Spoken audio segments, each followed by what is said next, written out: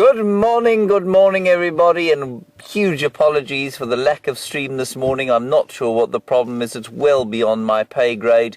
Could have been aliens, could have been gremlins, could have been incompetence, could have been, well, any number of complicated things that are beyond my understanding. My name is James Hendry. On camera today is Bryan Haha.James. He has covered himself in a purple bandana / scarf thing. He looks like something out of the Arabian Nights. Anyway, it's very interesting, and that's his thumb, which is similarly purpley coloured.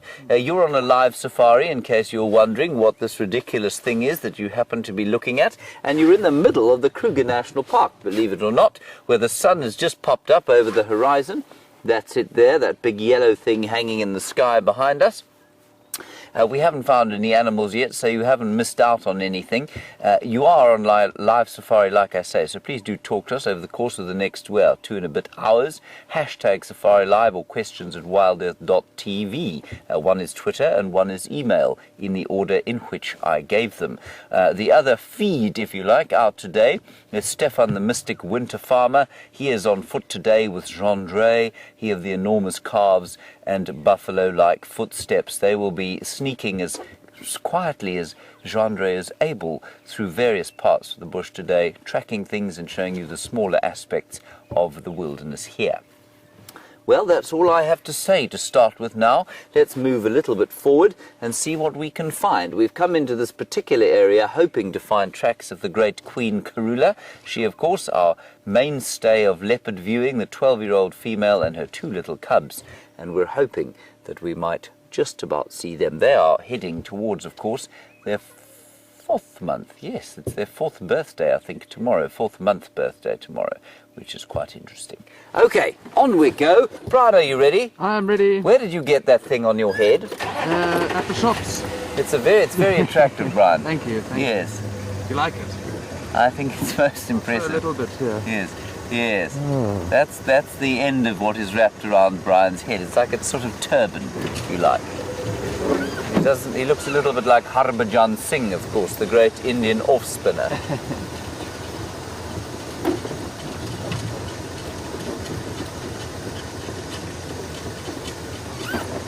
I see no tracks of any leopards. There are tracks of honey badgers and many zebras. But that's about all. It's about 18 degrees Celsius, which is 65 or so degrees Fahrenheit, and 64 or 5, yes. And Bryan and I both thought it was going to be about 8 degrees colder than it is now. 8 degrees Celsius colder. That's why Bryan has got a turban on his head, and I've got a woolly hat upon mine. Oh, and thank you also for all of your welcome backs, those of you who didn't see the 2 of us yesterday afternoon. And let us not forget, of course, in the final control, we have Kirsten McLennan-Smith, who is also recently back from leave. She's being helped by Geraldine Chesterfield. There we go, look at that. Oh, this is a wonderful sighting. It was a wonderful sighting of the green wood hoopoe. There we go, there's one there. They don't normally sit still for any length of time at all. And I think there's a little bit of a bird party here. Now what they're doing, everybody, we'll just get closer, is they're gleaning. So, well, they're not gleaning, they're probing. They've got those long orange beaks, and they're using them to probe underneath the bark for insect larvae. There's one there, still on the bottom there. See him probing away with that bright orange carrot-coloured beak.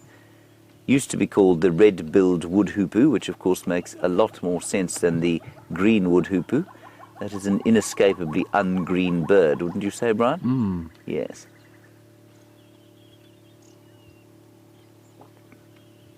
Now, of course, a larva, for those of you who don't know, a larva is something like a caterpillar. A caterpillar is a larva of a butterfly, and so every beetle that there is has a larva, which is a sort of grub, I guess. What might be termed a cutworm or a grub. often subterranean, but often the wood borers will put their grubs in the middle of the sort of soft bark of a tree like the silver cluster leaf. And it don't stand much chance against that beak, inside of which is a very sort of hard, sticky, probing tongue.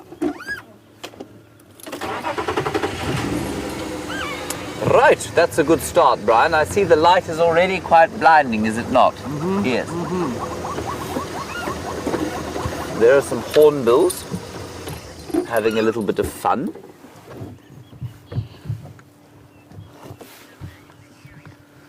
And they love having the sun on them, these hornbills. They're always sitting topmost to catch the first rays, even on a not so chilly morning like this.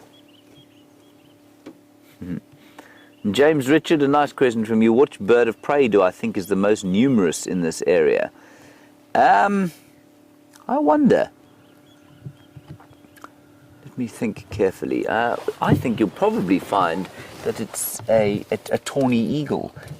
No, I don't think it is. Well, tawny's probably up there, but I think you'll probably find it's one of the vulture species. They do tend to gather in quite large numbers here.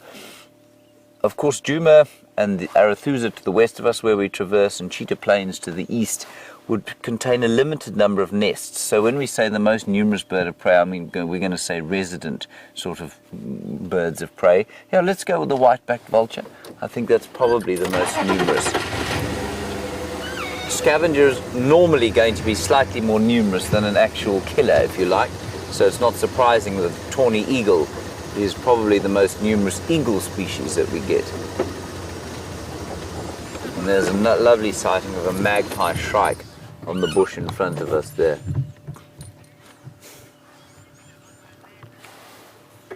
Dina, yes, there indeed are other types of hoopoe. There's one other type of hoopoe that we get here, and that is called the, unsurprisingly, African hoopoe.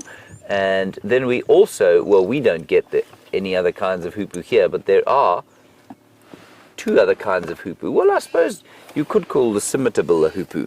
So we get maybe three types, and then there's one other. I'll show you pictures of all of them once we finish looking at that magpie shrike. Hopping about, catching insects on the ground. Right, here we go. These are all the hoopoes that we get here, Dina. There is the African hoopoe. He's a very distinctive bird, and I mean, you get something similar in the UK and probably much of Europe, just called a standard issue hoopoe. And there is a scimitar. We get a scimitar there. And then that's the greenwood hoopoe there. And those are the three that we find here. And then you also get the southern violet wood hoopoe if you happen to go to Namibia. And that is looks very much like the greenwood hoopoe. And much more appropriately named, I feel. Yes, there it is.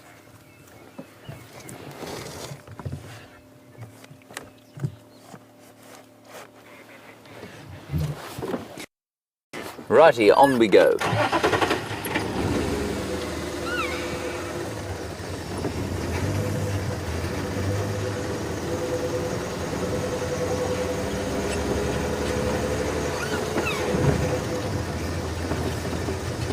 Siberia, you ask a nice question about whether or not a fish eagle is more numerous when there's more water. I don't think so. I think they're probably just more frequent visitors, and that's why we tend to see them more. So certainly they're not territorial like the other eagles will be. Well, they can't afford to be, because of course water here is ephemeral. It's temporary. It's just not always around. And so I think you'll find that, yes, while their numbers do increase during the sort of rains and when there are puddles about and when the dams are full, I don't think that they get any more numerous. They're not sort of resident. Thank you for that. Thank you for that. And make sure that I've got my volume knobs working. Yes, there we go.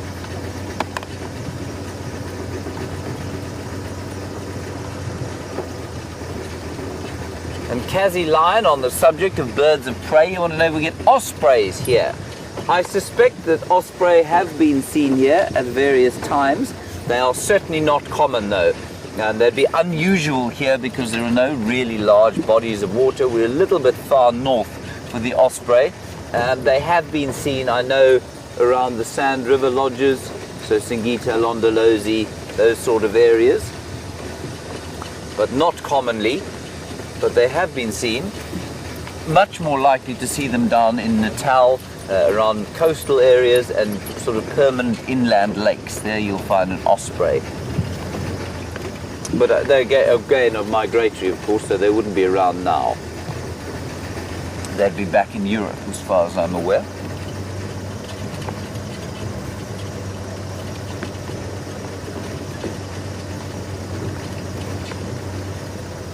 And Joey, you're in Australia, where I imagine it is, well, it's quite late in the day on this, the first day of June 2016 of the Common Era. Bryan and I were just saying how astounded we are that the year is almost halfway through. I guess the older you get, the more common it is for you to say that the time has passed. It's got nothing to do with Joey's question, which is about the barbets that we get here. Joey, we get two kinds of barbets here, well, maybe three. No, maybe four actually. We get the crested barbet, and I'll show you a picture of them once we get into the clearing here. Crested barbet, we get a pathetically named black-collared barbet. We probably get the yellow tinker barbet sometimes going ding, ding, ding, ding, ding, ding. And then we'd also get the acacia pied barbet from time to time. I'll show them all to you. They're heavy build, fruitarian or fruit-eating birds, and as such, they've got very heavy bills. They're able to dig into wood, which many of the birds aren't. So many of the hole-nesting birds, like woodland kingfishers or those hoopoes, don't dig their own holes in trees. That's normally done by woodpeckers and barbets, and then many other birds use those holes once they're sort of vacated. Now I shall show you a picture of all the pretty barbets that we get here. Lots of yellow and red colours on them. So there were tracks of karula going into this area. Now just to give you an idea of where we are, we're kind of on the right hand, we're on the western edge of Djuma. And this is where the two territories of shadow and karula tend to overlap slightly. And so it would be interesting to find that karula had taken it upon herself to come back into this area. Likewise, I think Brent did manage to get a brief view of Shadow's cub the other day, which is really exciting. I'm hoping to see her too. Let's head across to Stef so he can greet you with the sunshine and a buffalo.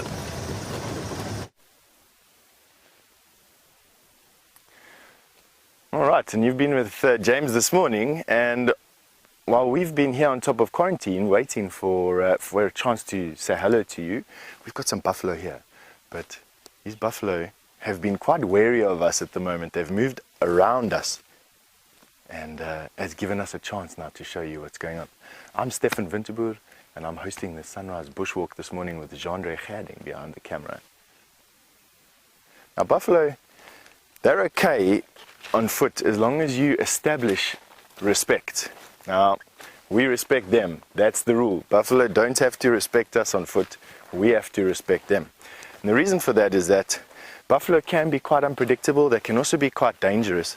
At the moment, as you can see, they're actually not taking any notice of us whatsoever. And that's because we're staying way outside a comfort zone called the alert zone. Now, as soon as I cross that, they will stop doing what they're doing and they will look at us. And you can see that one buffalo there, the one there at the back, he's just busy having a look at us now. I think it's just because we're following him, but you can see there, goes right back to doing what he's doing. So we're right on the edge of that comfort zone. And that's really where I want to be. I want to be in a position where we, you and myself, can share walking through the bush with a herd of male buffalo without having an impact on what they do. And that is a situation that I love being in the bush, where we can share on foot the magic of being with animals like this, almost as if we were behaving like those animals. We're now going to come to a point where we've got another elevated position down the road. There's a termite mound there. And just want to come into the open here a bit. So what's happened is that buffalo right at the back there is taking a little bit of offense at us following him. And you can see that head up, not quite a threat display. He needs to know that we are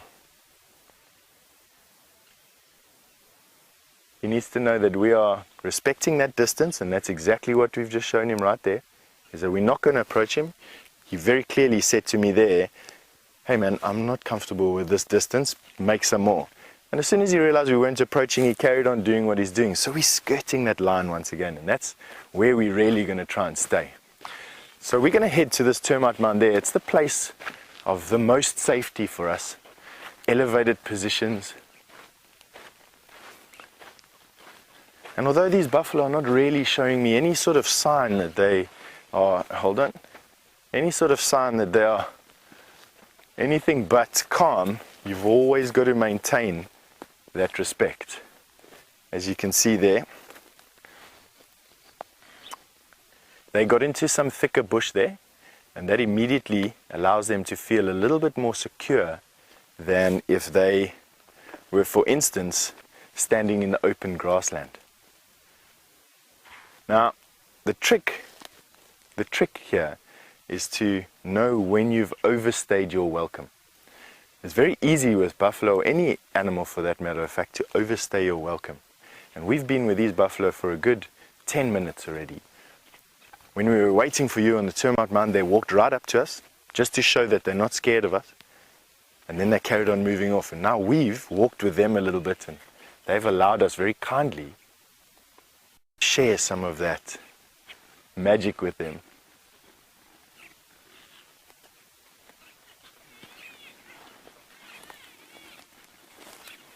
Yeah, Kathy, you're incredibly right over there. These big guys can really get going when they really want to. The charge speed for an adult bull buffalo like this is 55 kilometers per hour. Now, 55 kilometers per hour is probably around about 40 miles an hour, which as far as I know is like the speed limit of most inner cities. So these guys, they're weighing in and around 1,500 pounds, can move their bulk at the same speed that a small city car can.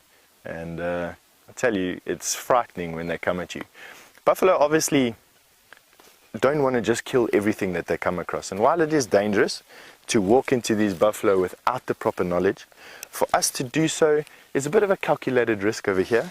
What we're doing is we're making sure that the wind is always in our favor. The wind has been blowing from them to us, which means we're not washing our scent, our dinner from last night and our body soap and our detergents in our clothes. We're not washing onto these buffalo and making them feel nervous with an out-of-place smell. Secondly, we're keeping ourselves in the open, which means that for those buffalo, they can continually judge and gauge what type of threat we actually are, if anything at all. And then thirdly, I'm having a look at their behavior, and their behavior is key. I'm having a look for that head up and that aggressive stance, looking at us, maybe posturing sideways. And as you can see, those buffaloes have presented us with that. Really, me looking at what they are presenting us over there is actually just a tick against how we're doing this right. It's something that says to me, we're actually behaving exactly as we need to be with these buffalo. Head down, backsides towards us, and feeding. Couldn't be better.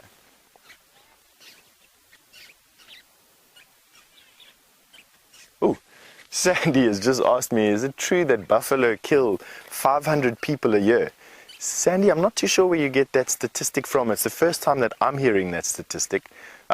You're welcome to actually just copy and paste it, and why don't you send it to questions@wildearth.tv as an email, and I'll share the source if you can. If it's a, you know, it might be in the hunting industry worldwide. It could be in the buffalo breeding industry in South Africa. There's very many industries that I don't know too many statistics about, but if you want to, you can send it through to that email address, and I'll share it to the rest of the viewers. Or send it to our Twitter handle, the hashtag SafariLIVE. That's also a good place to put comments and things.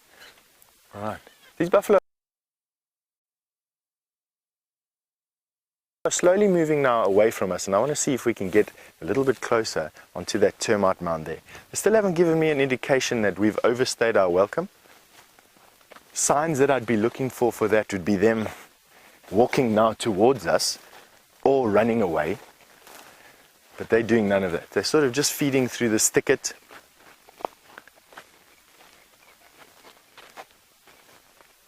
Let's have one last look at these guys through the thicket. As you can see, not doing too much. Except for that one guy at the back there, which has given us the hairy eyeball, so to say. But on that note, I think it would be a good time to send you back through to James for an update. Well, from a buffalo to an impala, everybody. Here we have a little herd in front of me. And it's largely made up of females, of course, and there's one male there. And I suspect very strongly that he is now wasting his time. Those that are going to be pregnant are already. Those that are not going to be for the next season, until perhaps that secondary mating season in September. Now, I know that there are 1 or 2 new viewers watching at the moment. These are, of course, the most common antelope that we get here. And interestingly, they've just finished what we call the rut. We will still see the males fighting. They will still sort of challenge each other and try and herd the females into their little harems. But mostly in the Kruger area, they will breed or mate during the dark phase of the moon in May, which of course we've just passed now. And there just gives you a bit of an indication as to why they're the most common antelope we have here. You've seen 2 different impala, one eating on grass, the other eating on leaves. They are mixed feeders and able to eat both browse and graze, which of course is very unusual. Many animals, most animals are one or the other, with sort of brief forays into the world of a alternative cuisine, if you like, but largely they're specialists, whereas the impala is a generalist. But as with all animals, there is always some sort of limiting factor. There's always some kind of con to whatever strategy you come up with. And what the limiting factor for impala is water. And that's one of the main reasons that they are so common in the Sabi Sands and the Kruger National Park. It's because of the provision of artificial water. They wouldn't be nearly as numerous as they are if there weren't so many dams and pans and pumped water holes in the area.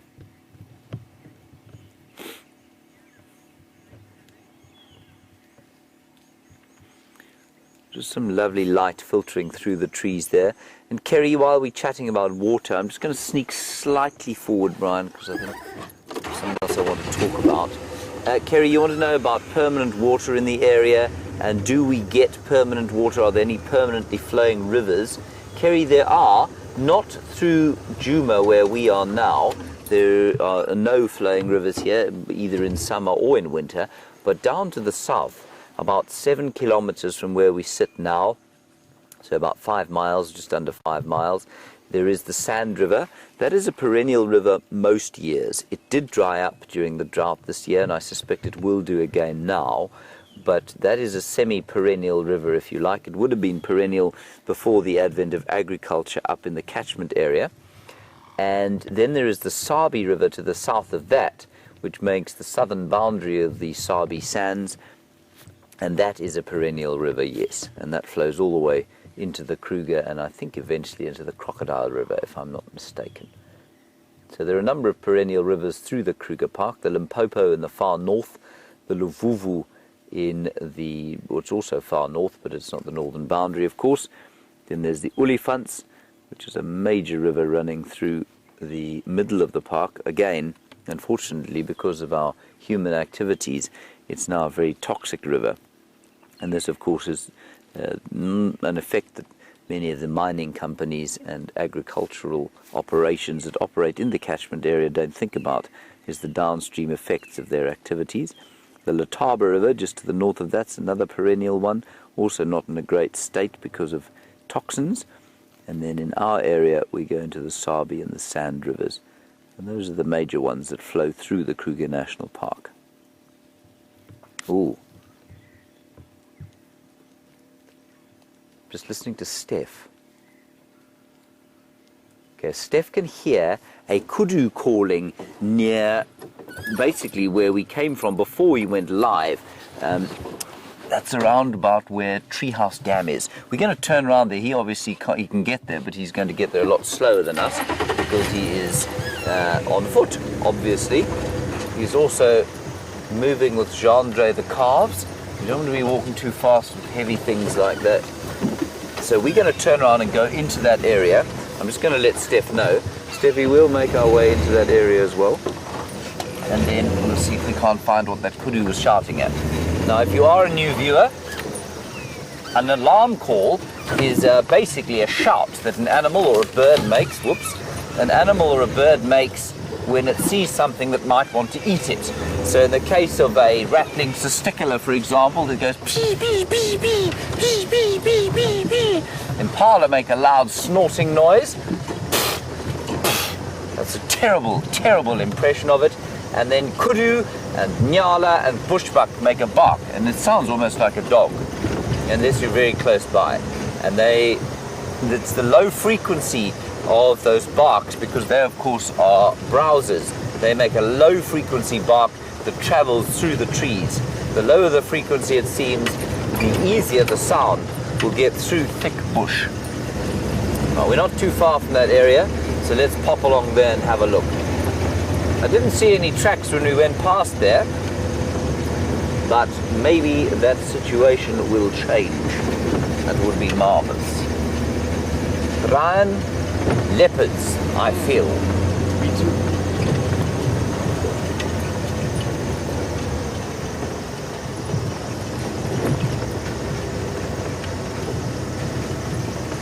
Hello, Justin.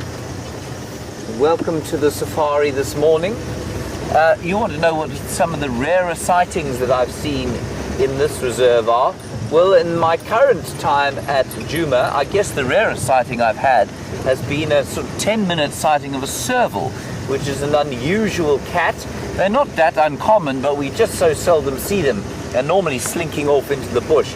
But this was a beautiful cat, sort of leopard-coloured, golden-coloured, with longitudinal black spots, just bigger than a sort of standard issue house cat. And just before I went on leave, David and I had the most amazing sighting of a serval for about 15 minutes. So that would have been one of the rarer things that I've experienced here. Brent, of course, the other day had a pangolin, which everybody asks jokingly to see and nobody ever expects to, and that was again with David. Magnificent sighting of a pangolin, which is like a sort of squashed armadillo, if you like. They're quite long and they've got very hard keratin scales on them. So I guess those would be the two most obvious ones. But of course, you're always going to see, especially in a wet year, so I mean we're hoping for a wet year this year, come November, then you're going to see all sorts of weird and wonderful things. So you'll see frog species that you don't normally see. You'll see bird species that will come in specifically because of the rain and the long grass that will pop up and the insects that will come. And so then you'll see things that are really unusual. Dry years like this, it's not that common to see very unusual things because, of course, the general diversity will be lower the drier it is. Nice question, thank you. Right, we're going to turn now down to the south, retrace our steps towards Treehouse Dam.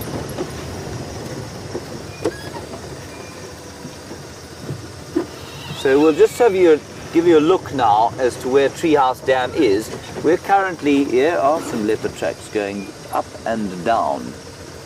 So basically we are at a junction called Ballinites Junction, down to the east of us there is Rebecca's Road, and then we've got Zoe's Road going down that way, and we're going to head towards Treehouse Dam. And you'll have a look at the map now and see what that looks like while I just check out these tracks that seem to be going up and down here. Female leopard, not fresh. Let's just reverse slightly. These tracks have been walked upon by a human being who spotted them, I suspect, a day or two ago. I know Brenty spent a little while in this area.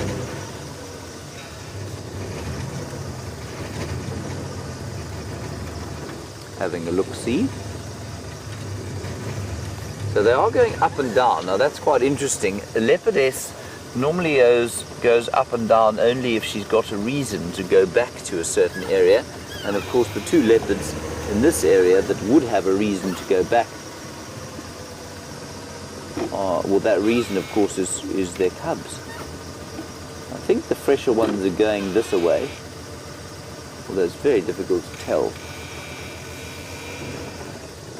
Let's just drive slowly down this road. Let's see, look in the trees, Brian, see there's the leopard cub dangling. Don't see any dangling leopard cubs at this stage.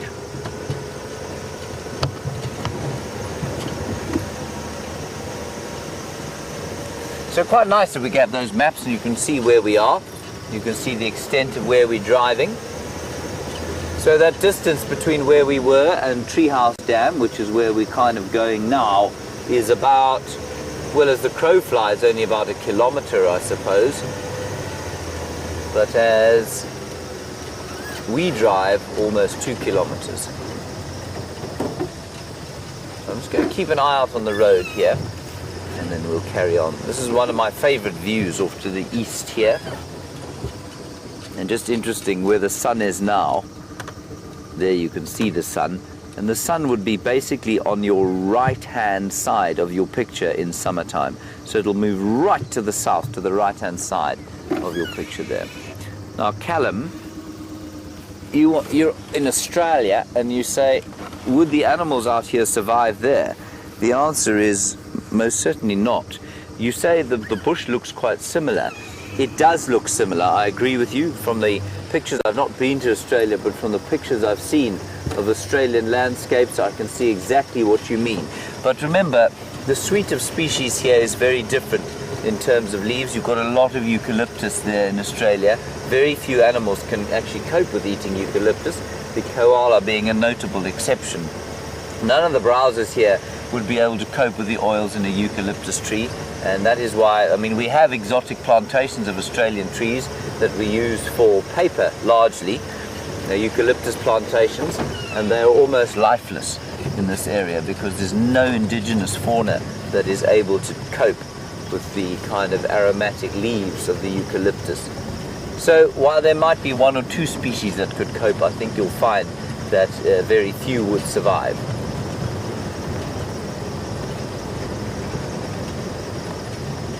I mean, the great example, of course, of imported animals into Australia that have absolutely thrived were, I think it was rabbits, wasn't it?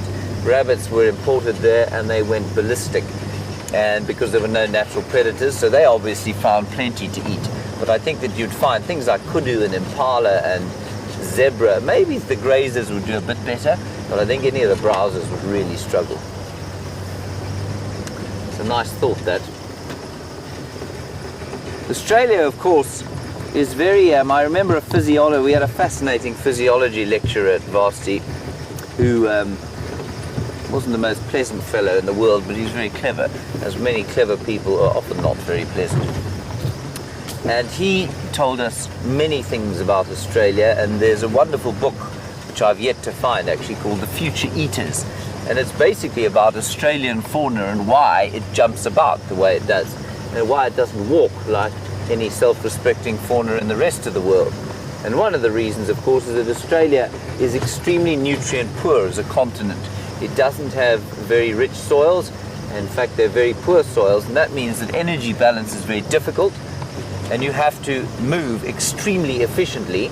In the case of the hopping marsupials, that hopping motion is a very efficient way of moving, or not at all, like as in the case of the koalas, who hardly move around at all. Australian life is really very interesting indeed. I don't mean the human version, well, that's quite interesting too, but for different reasons. I mean the wildlife.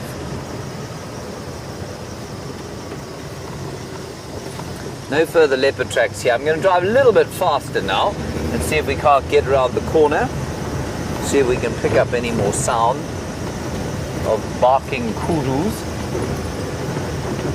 We'll stop if we find anything else on the way. Brian, there's some helmet shrikes there. I don't know if you've got a view there. Yes, very nice. There's a helmet shrike, everyone. We're in a good position here to just stop and have a bit of a listen. So we'll observe the helmet shrikes briefly. And I also want to show you the barbets. I remember I was going to show you the barbets.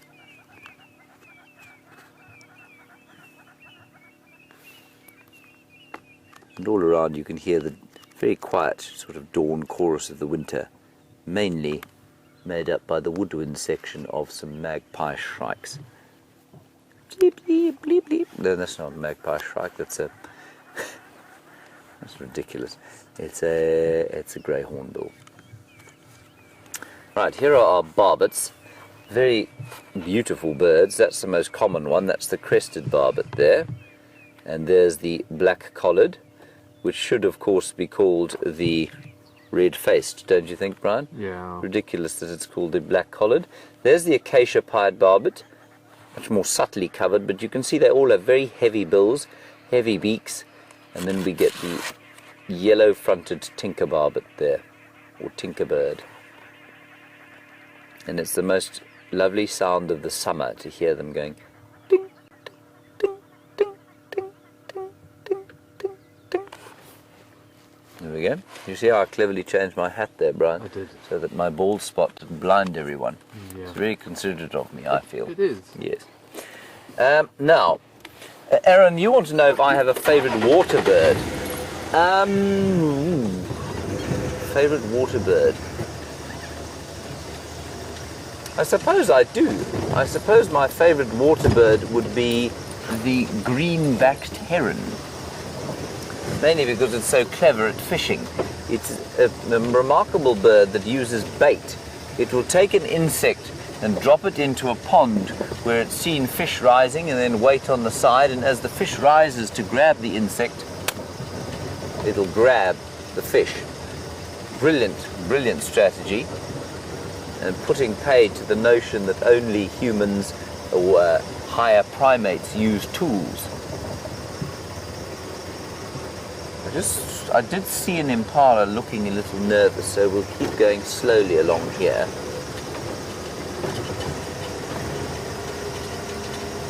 Laura, you're continuing the bird discussion, which is marvellous. You want to know if all raptors are water dependent. Is that correct? Is that the question? Raptors. And the answer would be no, not at all. Many of them would be water independent because they will get plenty of moisture from the prey that they kill. I suspect many of the scavengers are probably a lot more water dependent than the birds of prey that kill their own food, because of course a drying carcass is a bit like eating beef jerky as opposed to fresh, watery, moist steak, which is what many of the raptors eat.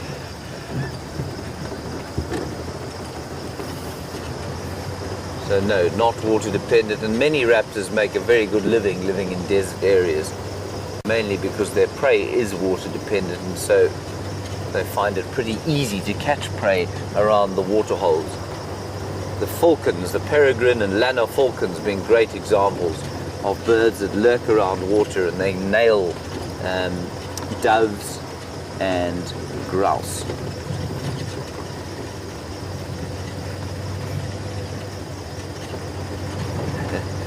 Marianne, you want to know if I can make the call of the white-browed scrub robin, because you say that you don't know if you're hearing it or not at the Djuma Dam cam. I can try, otherwise I'll play it for you, but it goes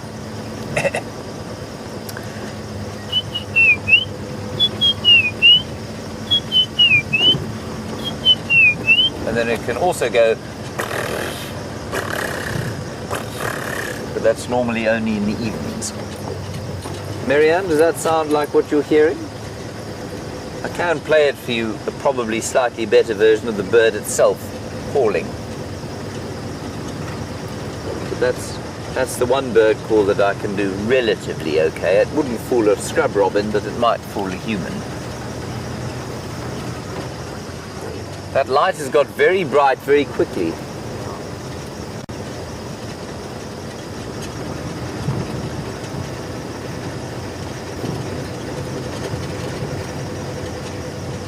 Alas, there don't seem to be any large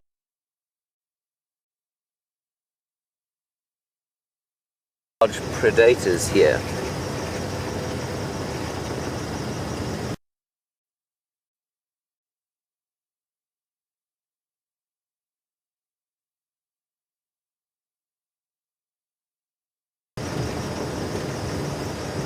We'll just go to the top of the hill here and then I'll turn.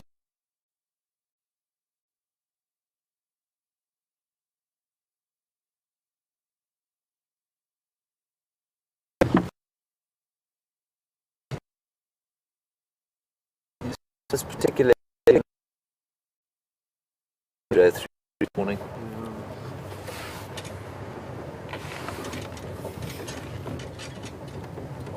Come on, Rusty.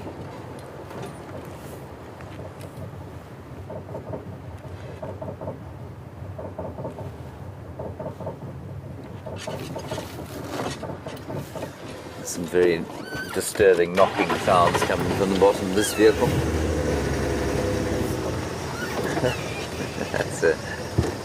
That's not good. Something's going to fall off soon.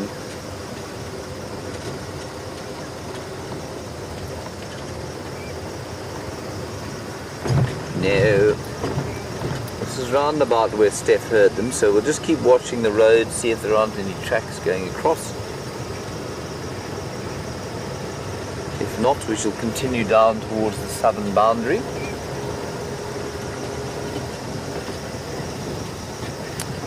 I don't see anything further here. Alright, while we investigate this area, let's go across to Stef, get an update from him. He'll tell you exactly where he heard those kudu.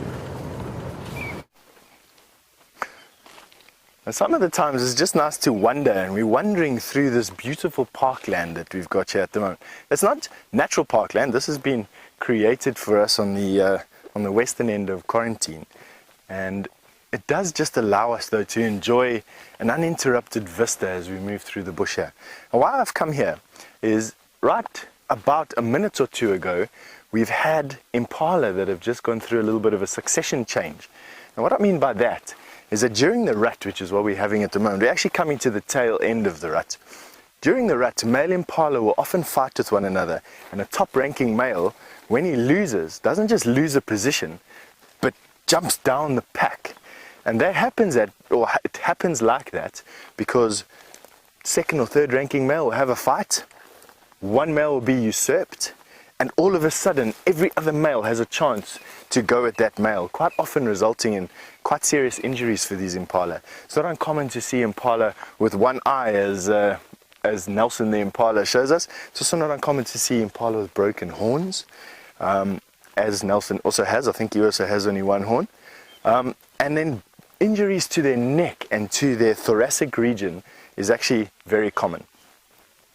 But we heard that happening, and I want to come here and see if we can actually see them. Now, it happened here on the open area, but they've sort of fought with one another into the thicket here, and that is exactly where we want to come and have a look now and see if we can't find them. All right. It's been a pretty quiet morning over here where we're standing at the moment, barring those buffalo that actually we were with a little bit earlier. We haven't heard much. Haven't heard any lion this morning, haven't heard any elephant breaking branches.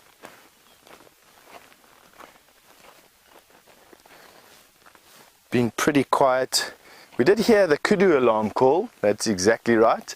We heard the kudu giving alarm call, but it was a couple of short, sharp barks, and they haven't actually made another noise since then. Nevertheless, doesn't mean that there's nothing here. I want to have a look at this, see what is happening here. This termite mound has obviously been damaged by something. There's no real sign of what's damaged it. The only real thing that I can say is probably it was pulled apart by an aardvark. The aardvarks have got, or ant bears, have got these really long, sharp front claws. They got 3 of them on their front feet. What they'll do is they'll come up to a termite mound and they start scraping. And they scrape a little bit and then they snuffle up the termites, and you can actually almost see where he's scraped this chimney open, and he's come and he's scraped the chimney, and that's what's left that sand, all the termites inside here would have rushed up to see what the intruder was and to try and chase it away. He would have then lapped it up with his tongue. He's got this long darty tongue, lapped it up and snuffled up the termites. And then the termites would have realized, hang on, wait, this is an ant bear, we can't fight this. And they would have retreated and sealed the tunnels up behind them. And they would have left this empty cavity as we have here. We have got a hare here though. Have a look at that. So, that may come from an aardvark. Now, aardvarks are generally considered to be quite hairless, but the hairs that they do have are this color and this length, especially on their tails. Now, for those of you with some screen grabs, you're welcome to, oh, I've got flies buzzing around my face again. You're welcome to take some screen grabs of this particular hair and see if we can identify it. There's the follicle, even at the bottom, plus the slight rusty brown color that you see at the top here. I'm going to say that this is definitely remnants of the ant bear. As he was digging open the hole, he left some of the hair from his forearm stuck in the mud here, and that is what we're seeing right now. Obviously quite old sign. This isn't very fresh at all. This wasn't done last night. This was done a long time ago. But just me using the sights and sounds, using a bit of my intuition, we're able to deduce, or at least that's my guess. It's at best just an educated guess, and then not very educated at all.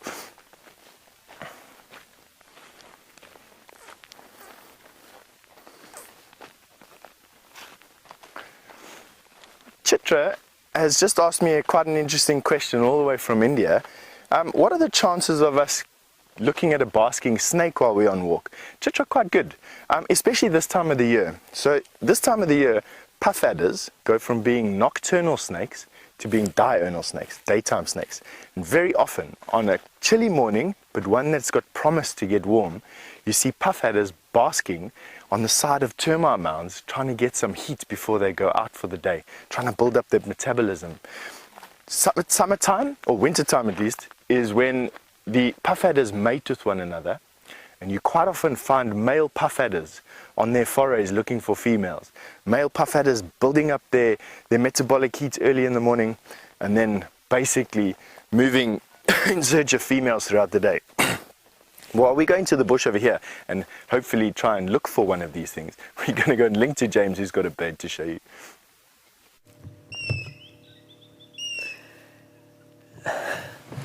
There were some birds over there, I promise. There were southern yellow, southern grey hornbills, and I'm so disappointed because they were, there they are, they were fighting with each other. It was just wonderful to watch. And then as, of course, you decided to have a look at them, they disappeared, which is what animals do out here, of course. There are two lilac-breasted rollers up there, but I think that's beyond the capabilities of this camera. You can't get up there, can you, Mark? Also enjoying the first rays of the sun. Can you see them? I don't think you're going to be able to get them. No, sorry about that, everybody. Never mind. We'll continue to find something else. Let's see if we can't find these hornbills. We're on the road where we did see some kudu, by the way. Exactly where Stef said he thought he heard them alarm calling. We came basically in the opposite direction from the way that they are going now, hoping to see what they were shouting at. Nothing as yet, and no tracks that I can see, but who knows, we might be lucky. There the hornbills are, and they're still fighting with each other. Look at them. These are two youngsters. They're smaller than adults, definitely. That's obviously only one of them, but the other one is just in a tree in front. So let's just sit here for a little while and listen.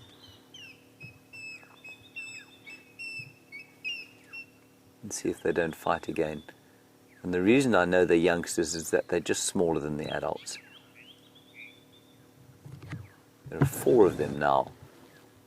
Just the one there, but in this sort of hidden in the silver cluster leaf to the left-hand side, there are another 3. I think it's worth just sitting here for a few minutes to see if they continue their fight. It was really spectacular to watch.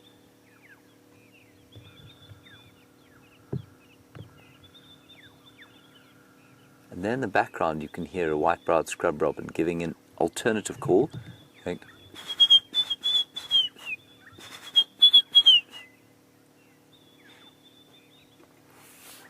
No, Brian, they're not going to perform for us. They're just going to sit there doing nothing. Sunbathing. Oh, one of them went to the loo. That's very nice. That's the usual story, isn't it? It is. Oh dear.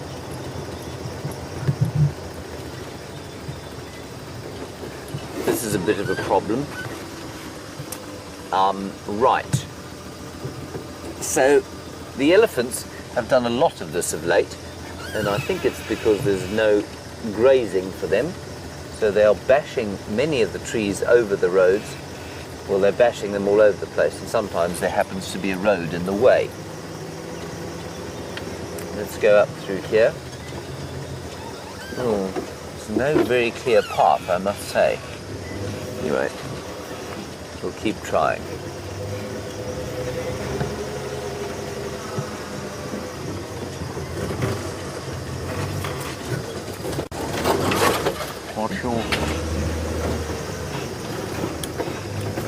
Hello, Kitra. You're in India. Lovely to hear from you all the way from India. And you say, do the hornbills here, like the hornbills you get there, nest in tree holes? Absolutely they do. They're exactly the same nesting behavior.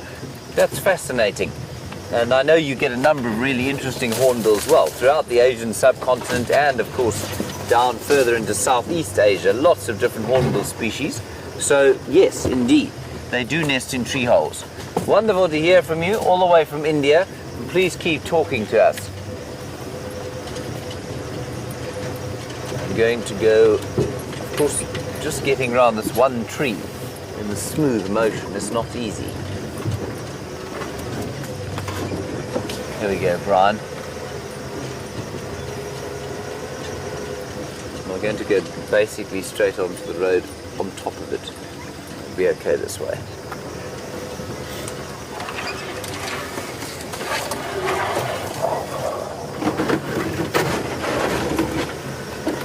Go. This, of course, this is quite a nice example of a jackalberry tree here to the right-hand side, and it's been broken off a number of times. And you can see it's been broken by elephants because of the way it's growing, but it's managed to survive. It hasn't been debarked, and so it will continue, hopefully, to become a wonderful ebony tree, which, of course, the iconic trees that we get here, very beautiful, and they produce lovely fruits. Kathy, you say that Brent would have just bashed through that tree. Brent might have bashed through that tree, but it is not surprising that Brent's record of vehicle destruction is roughly proportional to his speed and willingness to drive through bushes. So, well, you know, like with all strategies out here, pros and cons. Bryan also, of course, would have been detached by driving through that tree, and he'd be hanging in that black monkey thorn and possibly saying words that are not very nice, wouldn't you, Bryan? Yes, Yes. I would berate you, James. You would berate me deeply, Yes. possibly physically. Once I got out the bush. Yes, yes.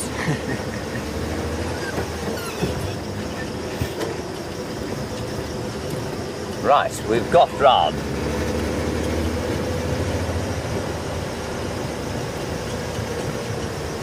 Sophie, you say you hope we actually see some elephants. Sophie, I hope dearly that we actually see some elephants as well.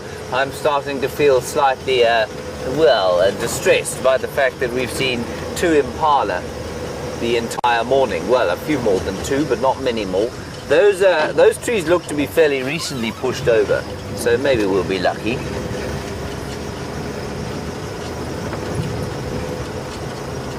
Those lions from last night, by the way, were calling sometime this morning, but I don't know where exactly.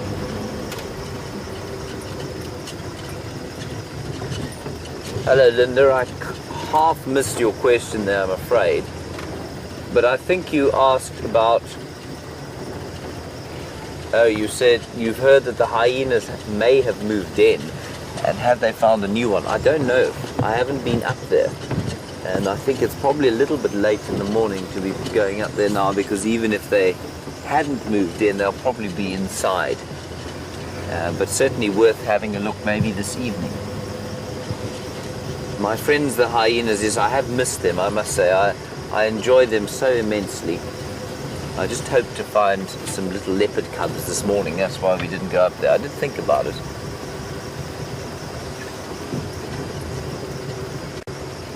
Anyway, we'll pop around to Treehouse Dam. There's some relatively fresh elephant tracks on the road. Maybe an elephant, which that would be very nice to see, of course. Well, anything would be quite nice, wouldn't it, Bryan?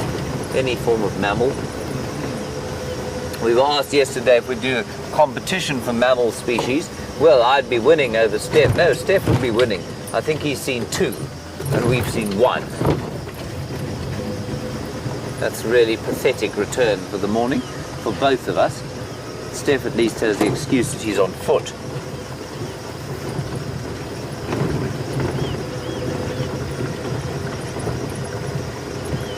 Well, we're nearing Treehouse Waterhole now. Now sort of looks a bit like Treehouse Mine, but once the water does come, it will soften the outlook there. There are tracks of a very large elephant bull going along the road here. Maybe he's around. I'm getting that slightly quiet drive feeling, Bryan. It's not good. It's not good, is it, Bryan? No. No, it's dreadfully sad. Dreadfully. Terrifying. Oh, look at that, Bryan. It's a wildebeest. Hold press. It's charging. Do you think we'll be okay? I hope so. It seems to have stopped charging. Everybody, I'm being completely sarcastic. Wildebeest will not charge the vehicle. Let me sneak forward so that you can actually see it. There we go. A wildebeest bull. And as with most wildebeest, he has a look of utter confusion on his face. That I don't believe is because he's confused. It just happens to be the slightly unfortunate manner in which he has been built.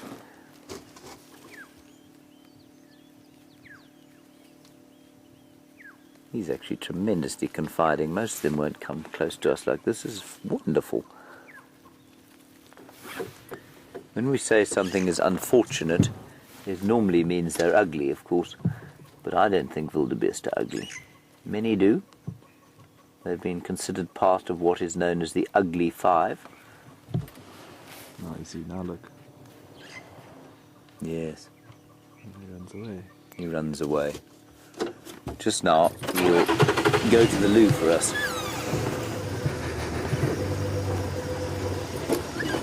There he goes.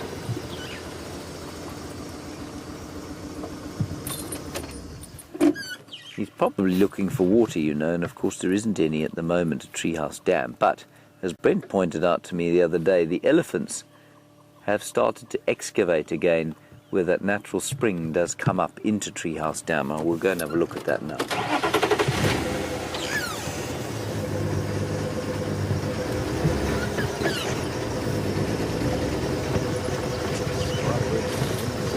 Spiderweb on the lens, everyone. Sorry about that. Bryan will remove it. That's Bryan's fast hand there. 2 mammals, Bryan. What a win, hey? Right, here we are at Treehouse Dam, where there is not a great deal. What I will do is drive up onto this rather impressive construction that is the wall, and I'll show you what I mean that Brent discovered.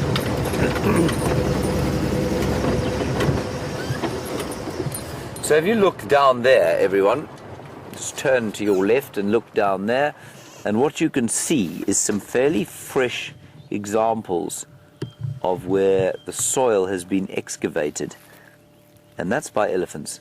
They're digging there, and you can see their dung. If we go a little bit wider around, you can see the dung there.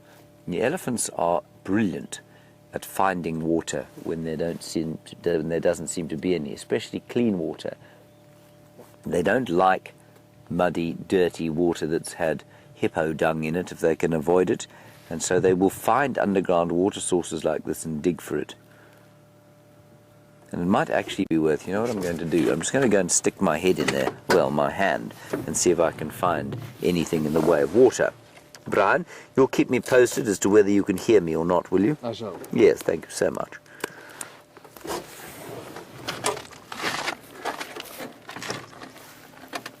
I shall take this out. Right, here we go, everyone. I will now descend into the Kimberley hole. See how dexterous I am, Bryan. You're amazing. It's like watching a mountain goat, isn't it? It is. Yes. A very small mountain goat. When one hears oxpeckers going and one is frolicking in the bush, one must think of one thing, and that, of course, is buffalo.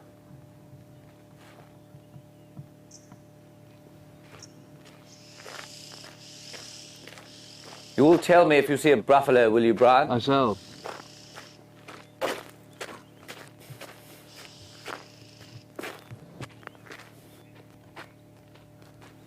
So there's some mud here. There isn't much water, but there is definitely mud.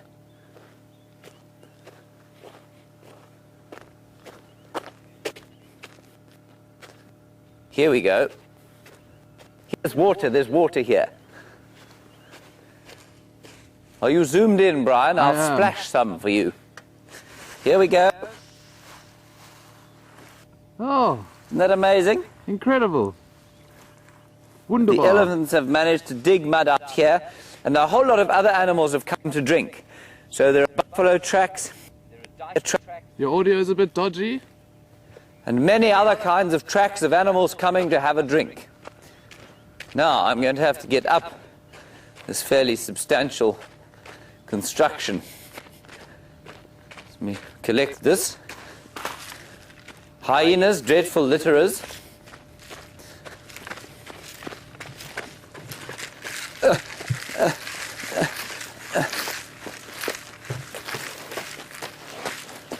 There we go.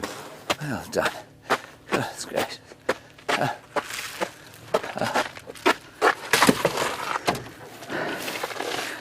Okay, we'll carry on now. I'm amazed that there's water there.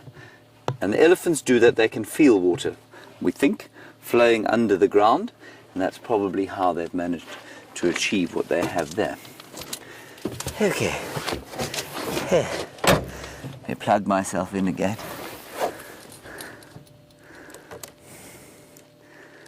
Right, there we are. My ear in. Kirsten can shout at me.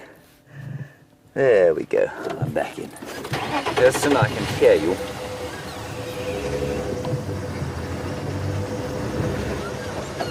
Right, now.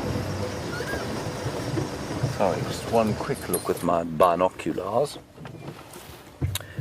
Right. Just have a quick look here. Stef does have something to show you, but it doesn't appear to be mobile. So let me just have a quick look with you. I just thought I saw the shadow of something the other side there. It was a shadow, you know, of a tree. Trees do that, they do cast shadows.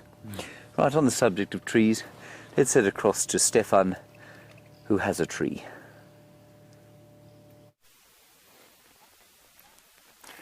You know, even the most common tree, and this is what you're having a look at right now, is a marula tree, has a story to tell. And this particular tree has got quite a nice story to tell in that it's giving us a gauge on how exactly tall an elephant is. Now, elephants get big very quick the closer they get to you, but very often from a screen, or even when we're viewing them over here on foot, or from a vehicle for that matter of fact, it's so difficult to get an accurate gauge on how tall they actually are. But this particular tree is telling a story on how tall an elephant actually is, and how it's telling that story is by the mud. There's a lot of mud here. There must be a wallow somewhere close to here, but all this brown that you're seeing over here is not the tree, it's actually mud. Now what's happened here is an elephant has gone for a wallow. He's then walked up to this tree and he's used this tree as a loofah or a scratching post. And he's walked here, and you can see from here there's no mud.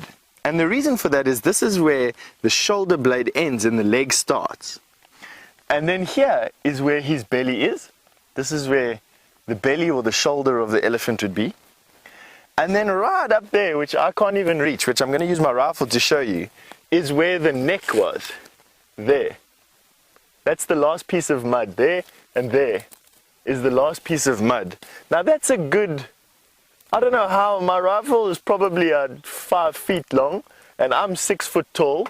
So you're looking at a good 11, 12, 13 feet off the ground. What this elephant did was he came, walked up to this tree, rubbed against the tree, then had a big scratch with his belly, and then came and stuck his head on the tree like this and did this to scratch behind his ear. He would have taken his big ears, which I can probably demonstrate using my earbud. I've got big enough ears.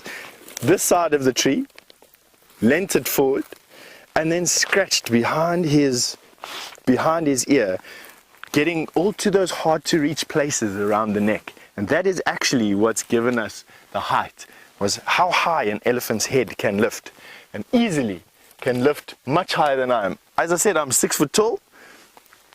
That's another 3 or 4 feet, plus another 2 or 3 feet all the way up there. Isn't that amazing?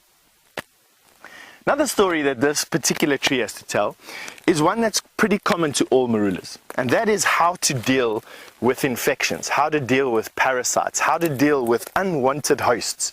Now the biggest thing for a tree, the biggest thing is an unwanted host, mistletoe for instance. Another big thing with a tree is an infection, fungus. What a tree doesn't want is fungus or mistletoe on it. And the marula's got one of the most interesting ways of shedding that, of basically combating those two things. For mistletoe and for fungus, the tree sheds its bark, but doesn't shed its bark out. It doesn't peel off great slabs of bark. What it does is its bark pops off in these roughly circular discs. And you can see here where bark has popped off. It has fallen and is lying all over the floor here. This is 1, 2, I can pick off a couple of them. Here we go. These have popped off from various parts in the plant. I don't know, we can play some puzzle pieces, but that's basically what it looks like.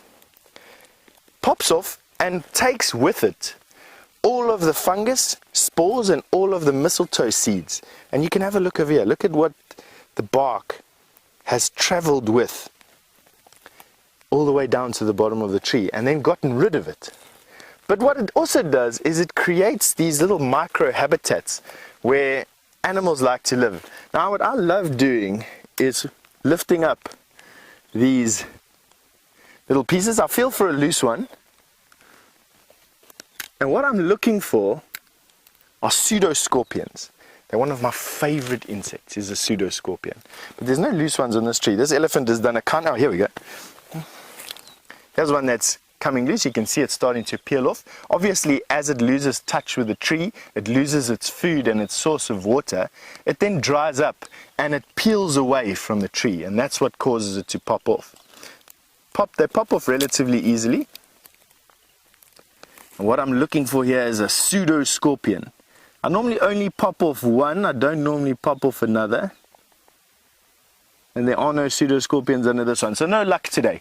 But we will find one eventually. I'll definitely find a pseudoscorpion eventually. For those of you who want to see what one looks like, it's P-S-E-U-D-O and then scorpion after that, pseudoscorpion. And you're going to have a look at them. They're very, very interesting little animals. Now, off on the walk again. Another thing that I like to look at and like to discover is these acacia trees. This time of the year, these acacia trees bleed quite a lot of sap, and they're one of the few trees around that can bleed sap at this time of the year. They got sort of sap spare, for lack of a better word. And have a look at this. That is now a very camouflaged caterpillar. I don't know what moth or what butterfly that is from. That black stripe that you see there is a caterpillar, a hairy caterpillar that's wrapped itself all the way around the branch. And when you look carefully here, we've got two. Now I'm going to fetch some grass so that I can point them out to you and to Jeandre, because Jeandre can't see them, they're that camouflaged. Where my grass is, this is a caterpillar from there to there, wrapped around a branch. From there to there, sucking the sap of this tree. There's another one right here, Jeandre. From there to there. But how insanely camouflaged are these caterpillars? I've actually never seen these caterpillars before. I wouldn't even begin to be able to tell you if they're from a moth or from a butterfly. You are welcome to help me identify them. Take a screen grab for those of you who can go through. There's actually 3 caterpillars here. And the more I'm looking, the more I'm seeing. Jeandre, here's another one right here.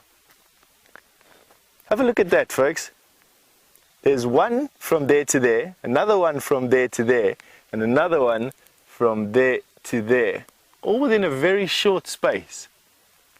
Sucking on the sap of this tree, obviously just waiting for the sun to get a bit warmer before they start moving around, and using that superb camouflage that they have to obviously hide themselves from being picked off by birds this time of the year.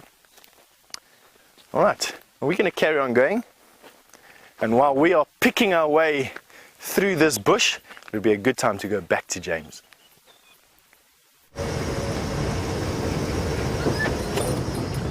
Well, we have found, we found evidence of a mammal, didn't we, Bryan? We did. This is evidence of a mammal. This belonged to a mammal. It is obviously dead at this stage of its life, don't you think, Bryan? Unlikely to have survived losing this bone. Now, in the middle of the bone, of course, is what the hyenas go for, and I suspect it was opened up by hyenas because only they have got jaws big enough to open up a bone like this. And what's interesting there is you can see that it was filled with marrow at one stage. Now, I'm fascinated by human history and human origins, and this marrow here is apparently what our human ancestors used to look for on the plains of East Africa. This is what they would try and eat. So quite apart from being hunters, they were largely scavengers. And as I've mentioned before, as those animals migrate in those huge numbers across the plains of East Africa, so they die more of natural causes than they do from the attentions of predators. And this resource here, this marrow resource, is all largely untapped, but for the things like hyenas that will go and break open the bones. Now, our human ancestors, much like us, were very clever in that they were able to... Elephant. Hooray. They're coming towards us. Let's wait for them to come towards us. We're not allowed to go off-road with them at the moment. So we're just going to wait for them to feed through here. So what they used to do is that they'd go along, they'd find a big rock, they'd crush this open and then suck out the marrow. Now, I don't know how many of you have marrow on toast every so often, but it's the most delicious meal. And what marrow contains, of course, is fat, a huge amount of fat, and that, everybody, quite apart from what most of literature will tell you, or pop literature, is the limiting nutrient for the human ancestor. It's why we lay on fat so readily, because it's in our genetics to store fat, because it's a limiting factor. And this was one of the only places that you could get fat, and you can get fat, from an African animal, because they don't lay down fat on top of the bones often, and there just simply isn't enough in their diet for them to do that. And this is where you find the fat.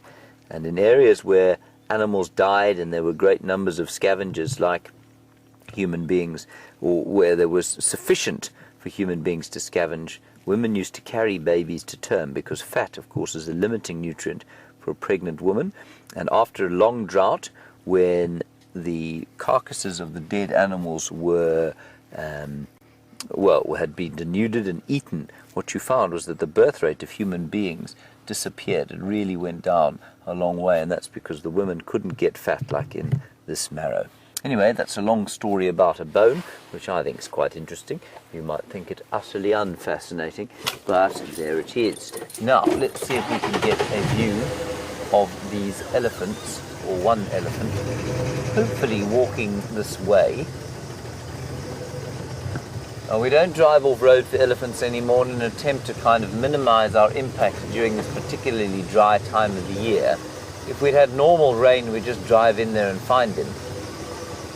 But we're not allowed to do that at the moment. Bryan, do you see the elephant? Not yet.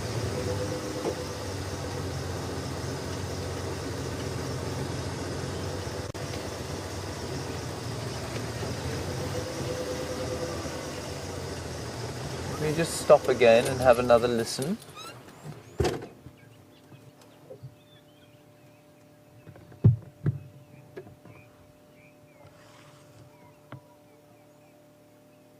I can hear others long way away shouting. I think he might be going north. He's kind of moving through here. He's maybe at the old hyena den. Let's go there. We're not far from there at all. We're going to drive a little bit faster.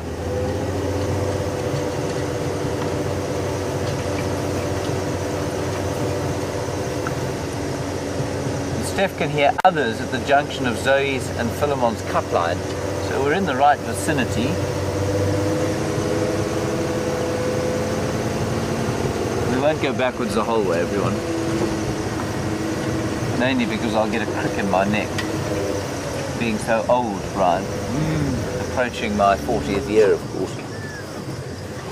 My 5th decade on planet Earth is approaching.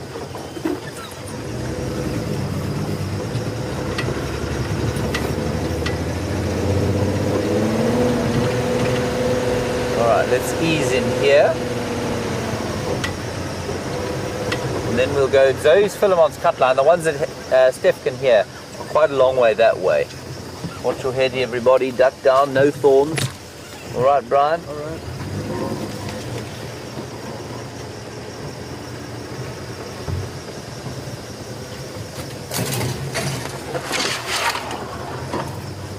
Plenty of evidence of elephants in here.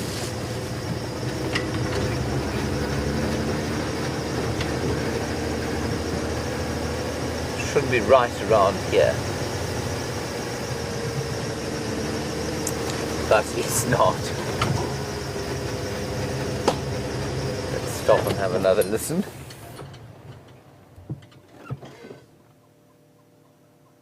I can't believe this. No, he's over there. I can just hear him moving through the bush.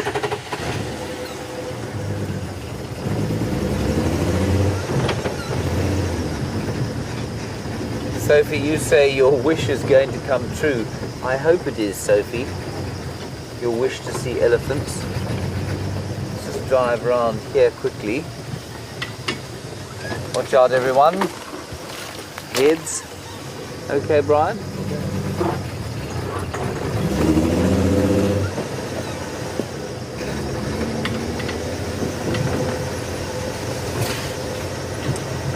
Alas.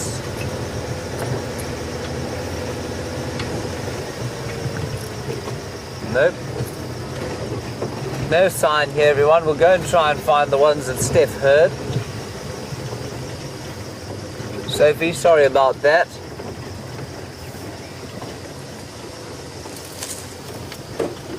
I just heard them moving sort of through here. We might pick them up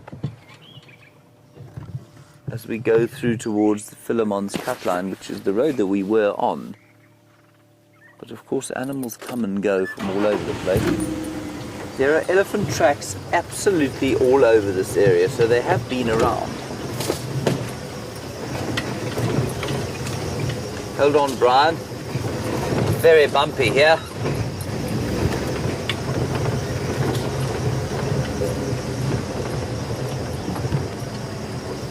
Oh, Justin. You want to know what kind of binoculars I would recommend you bring on safari?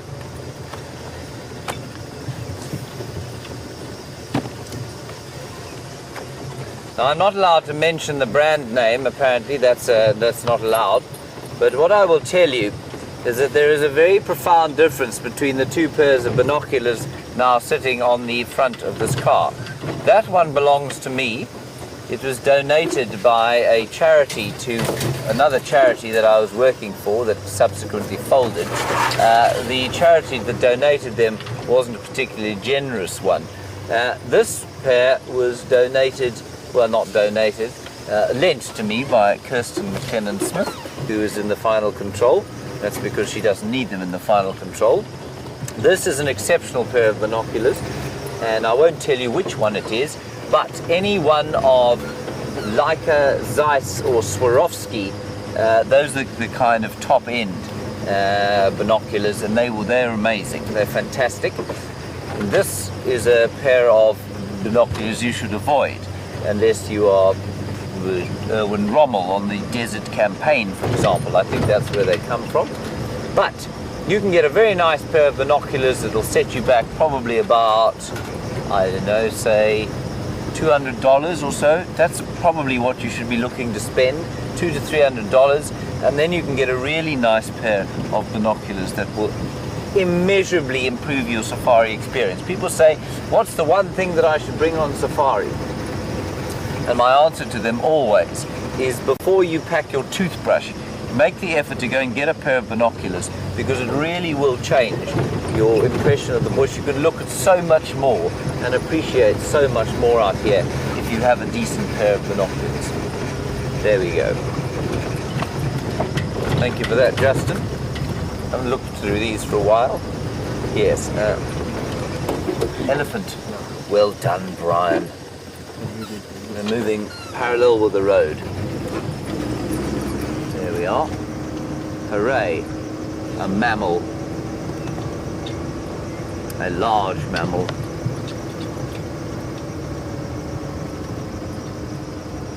I think they're going to pop out here. I'll just stop in this gap on this bump.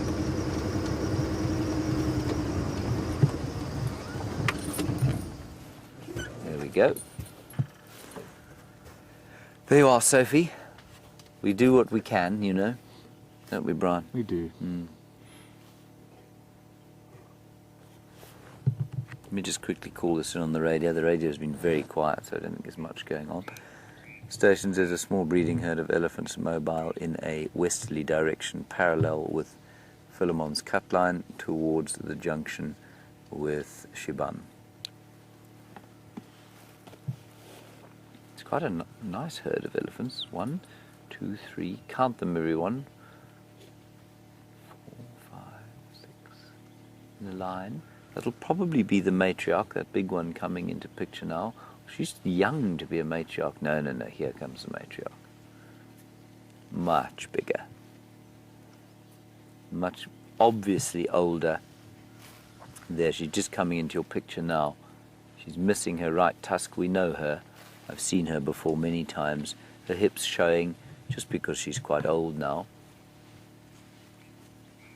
And interesting that she doesn't necessarily walk in front of the herd, but it is almost without question that it will be her that is giving the orders, telling them where to move. Let's go a little bit forward. There's a junction up ahead that they're going to cross.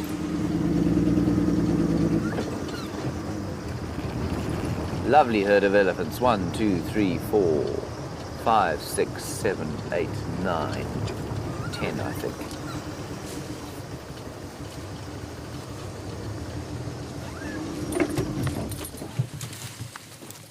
One of the females just showing a little bit of displeasure, so I'm going to stop here. She took a few steps towards us, and as we got closer to them, so they'd become slightly more nervous, and the big cow at the back stopped and looked.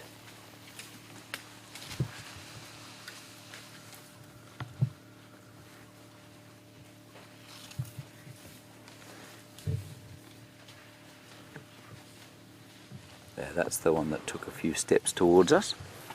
Coming out now.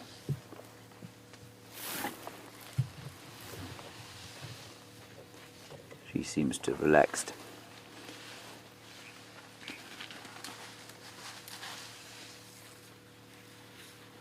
Ah, wonderful.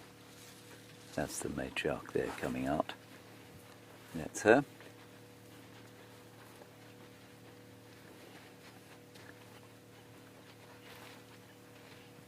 It's so interesting to me that they see vehicles so often, and yet they are still nervous of cars. I will move forward. Let me just sneak forward now. We're not going to be able to follow them off road, so we do need to get as good a view as we can here. Now, Kay, you want to know if elephants will ever attack their young? No, Kay, I don't think they will. It's not impossible that the bulls might kill youngsters, especially if they are not very mature bulls. Sometimes immature bulls do attack youngsters and rhino and hippo and that sort of thing. But I think amongst, we know infanticide in mammals is quite common, but I think it's probably relatively uncommon in elephants.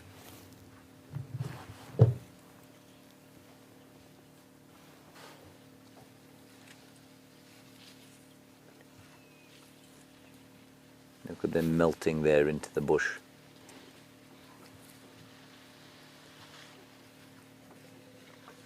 Now, Anya, you want to know, it's a nice question, especially as we just saw that elephant turn and run towards us and then she stopped. And you want to know how close you can get to animals when you are on safari.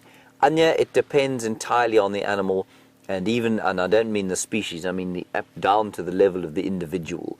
So with some animals, especially some of the cats, you can park almost on top of them before they'll move, the lions specifically, so you can get pretty close to them. But some lions will be very upset with you if you get very close to them, so that really does depend on the animal. And then, of course, with elephants, some elephants will just mill around the vehicle and not pay any attention at all to you. That herd wasn't nearly that comfortable, so they wouldn't have let us do that. They would have probably moved away a lot before, we got to closer than, say, 20 meters or 60 feet or so from them. So it really does depend on the animal. But we've got to read their behavior very carefully and make sure that we don't threaten them, because threatening an animal, of course, getting to within its comfort zone means that it will invariably either run away or it will turn around and run towards you, neither of which you really want. And it also depends, of course, on the experience that the animal has. So if, for example, many of the leopards of the area have become used to vehicles, they're habituated to vehicles, so we can get pretty close to them and they don't mind at all. But many of the other animals out here, if you see them for the first time, for example, you see a leopard, a young male leopard, for example, coming into the area for the first time. If it saw a vehicle, it would run away, and there is a male leopard that we've been trying to habituate. Unfortunately, we don't see him very often, but he lives up around Buffelshoek Dam, and we don't see him very often because he doesn't like vehicles. Sorry, I'm just going to have to get hold of the mic here. 1 second.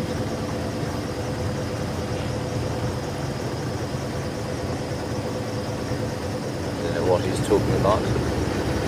There is a battalier, but it has flown beneath the line of the trees.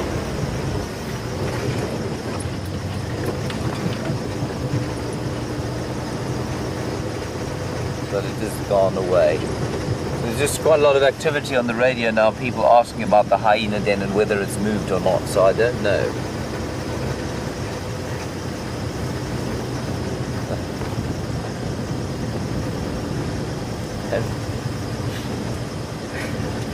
Always wonderful to get back to these Twitter handles, and this one is not a new one, but it's fantastic. Blue Butterfrog. Blue Butterfrog, you say you didn't realize how much you enjoyed elephants until you started watching the safari.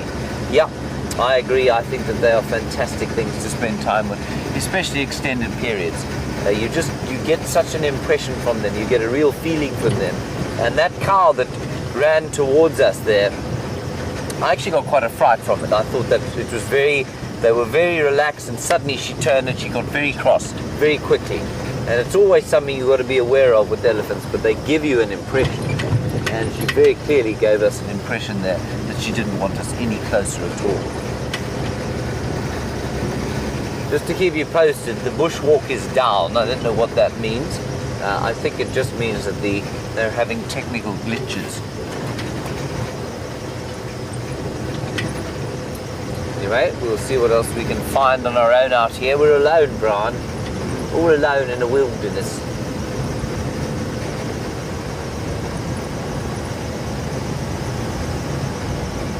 There is another wildebeest, Bryan. It's quite possibly the same one who's just managed to cross this block.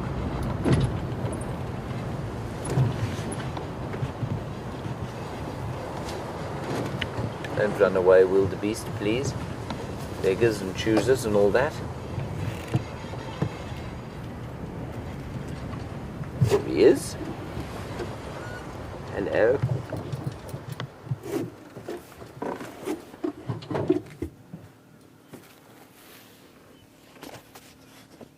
I think it's exactly the same fellow who's come across from the other side there.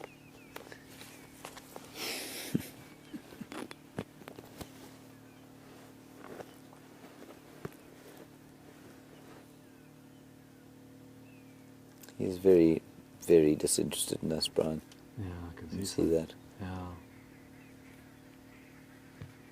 Well, thank you so much, Mr. Wildebeest. Wonderful sighting.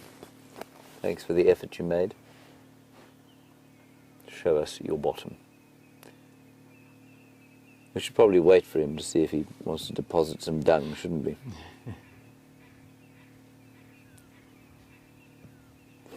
Right, there we go.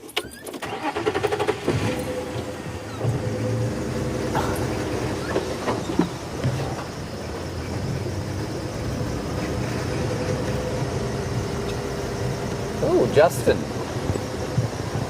To know how rare it is that we might stumble across an animal that's giving birth. It's very rare. I've seen it once in about 12 years knocking about this area. A number of my colleagues have seen a wildebeest or an impala giving birth, but normally only once, and it's not common at all. Now that's, I mean, it's quite interesting because they will give birth often during the day because that's when their predators are least active. But, and in fact, unusually, the zebra that we saw giving birth the other day was just as it got dark. But I suppose these things can't always be timed to perfection. There was something else of vital importance I wanted to say about that. Oh, I don't think we see it that often because I think they do it in thick bush as much as possible. They don't give birth out in the open, but it's not impossible to see, especially during the lambing season or calving season around the beginning of the first rains.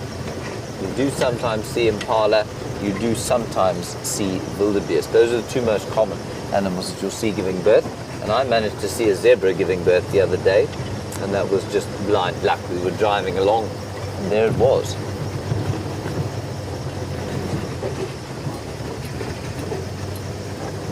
So we're going to drive out onto the southern boundary now, see what we can find around there, and then we'll probably head off to the east and up towards Buffelshoek Dam where we had that lioness last night.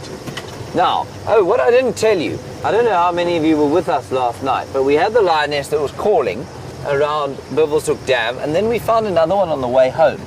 Now, she was much skinnier than the one that we had at Buffelshoek Dam, but she had definite suckle marks on her. So I wonder if that wasn't the mother, and she was heading back towards Torchwood. So let's head towards Buffelshoek Dam. Maybe something will have popped out there. We'll have a look and see. But nobody has found any lions today, and I know that Mike from Cheetah Plains has been knocking around that area for the last little while.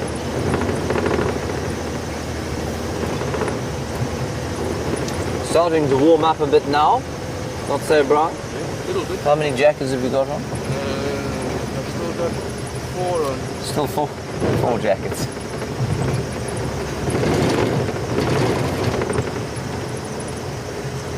Hello, Jordan.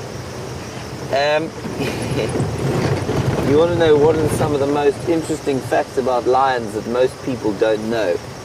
Jordan, I think one of the most common misconceptions about lions is that about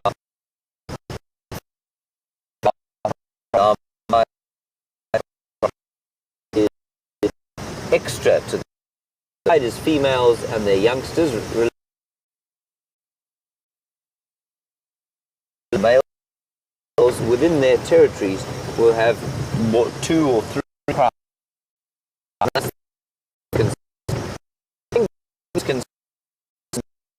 They are sort of noble hunters.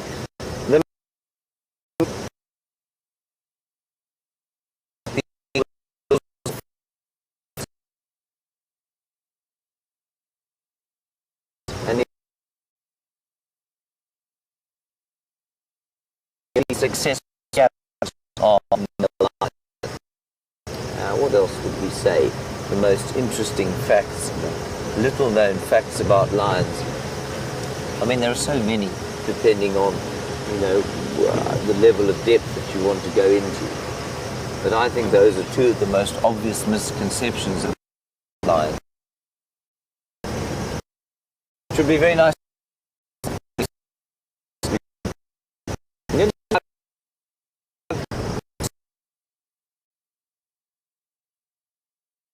So let's drive a bit quicker and see if we can't pick something up the other side.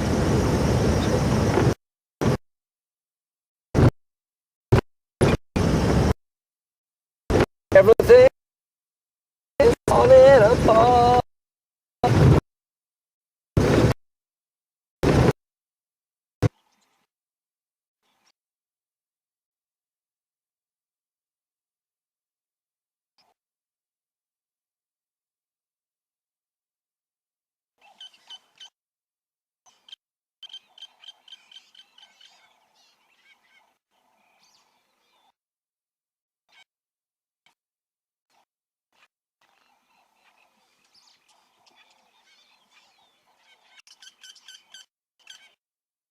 Sorry.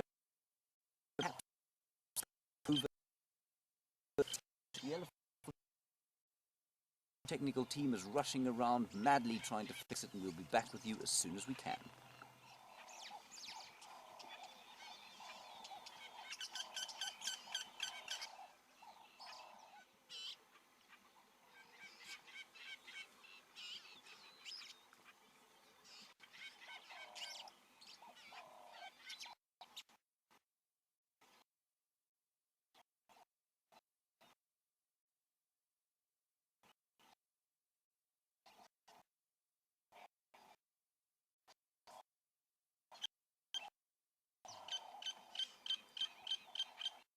Department will be working on getting us back up and running as quickly as possible. As you know, bringing you live safaris from the middle of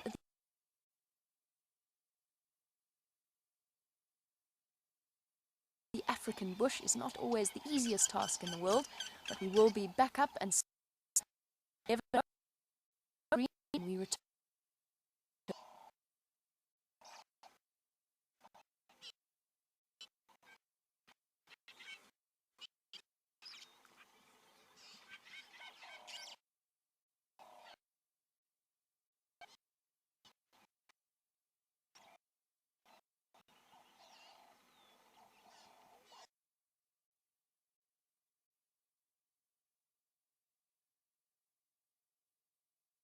But we're back, and we are here now on Leadwood Road. We're about to turn onto Leadwood. We've just gone past Twin Dams where there's some excavation going on. And as I mentioned yesterday, that is because of a suspicion that this dry season is going to be succeeded by a very heavy wet season. I'm not sure where or if that's going to happen or not, but we'll see. Now we're going towards Buffelshoek Dam. We should probably be there in the next 15 minutes or so, depending on whether we see Marula and her cubs and lions killing buffalo, that sort of thing. Given the success of the day so far, I suspect that is going to be unlikely. I haven't seen a track of one predator other than those quite old leopard tracks earlier this morning. Very few hyena tracks too, which I think is very unusual. So maybe they have moved den. Probably not to around where I'm sitting now. Some more elephant tracks.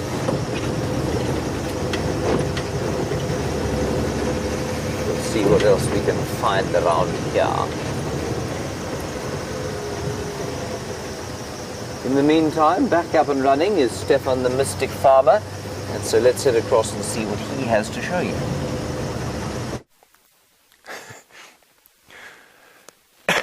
I don't know how much of a mystic farmer I am, because if I was mystic, I'd be able to predict what was inside this hole. Now, you caught us just sneaking up the side of this termite mound, and it's always a good thing when you're sneaking up to a hole like this to have a look inside to see if it's not inhabited by anything. This one isn't, thankfully, so we can show you what's inside there.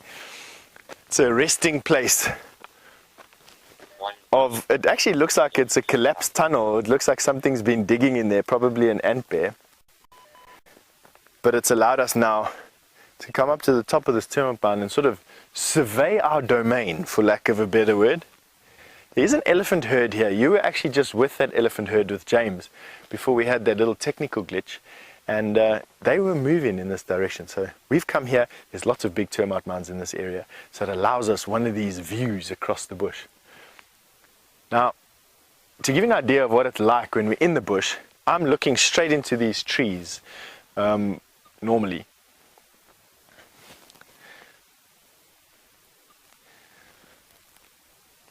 So Jennifer wants to know why we always choose these termite mounds. You know, is it for safety? Is it to get a more domineering position? Is it just to see into the bush? It's actually a little bit of both, Jennifer, to be honest with you. Well, all three things, not both. Yes, I use termite mounds to get a view over the bush so that we can see what it is that we're walking into. I also use termite mounds as a bit of a height advantage. Animals don't like people. They especially don't like people that are big and standing silhouetted against the sky. And so for me, a place of safety has always been termite mounds. I always look for termite mounds when I'm walking, and I'm always using it as a place of retreat if we had to walk into big stuff. In this particular occasion, I'm using it to scan across and survey the path ahead, basically. But for instance, if there was an elephant herd approaching us, which there is, we just don't know where it is, but if they were in close proximity to where we are, I would actually use this as a place where we'd make, not a stand, that has some negative connotations to it, but it's a place where we're relatively safe. It's a place where we're standing higher than we would normally. And as you can see right now, whereas before I was higher than all of these bushes, at the moment I'm standing looking straight into this wall of green that you see with us right here. Now, I always get distracted.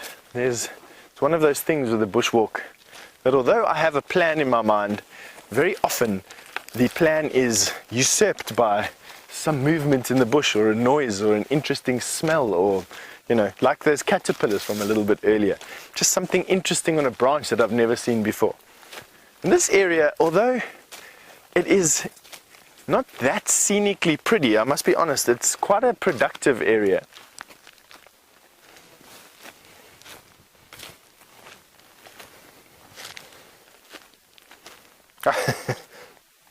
And Natasha, all the way from Ontario, says she doesn't really like spiders, but she's learning to respect them on bushwalk like this. Natasha, we can absolutely find you a spider. Give me a little bit of time just to find the most suitable stump, and let's see what we can pull out of the spider catalogue for you. So I'm obviously not going to be looking for spiders in a clearing like this. Looking for spiders this time of the day in a clearing like this is not where you're going to be finding them. What you want to try and do, especially for the net building spiders, they're the easiest ones to find, the ones that build a web. We're going to be walking into an area where they can anchor their web between trees. So what I'm going to be looking for is an interesting place for a spider to anchor their web. And here would be a good bush, and we can see what is here.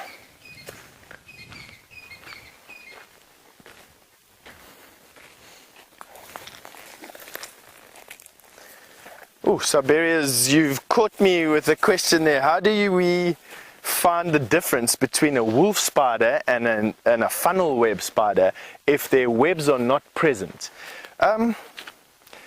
That's a good question, Siberia. What I'm gonna try and do is I'm gonna try and guess at the answer to that. I'm gonna say that wolf spiders are better prepared for a mobile life. Wolf spiders are nomadic and they're hunters. They don't have webs, they're not sedentary. And funnel web spiders are spiders that live in a tunnel.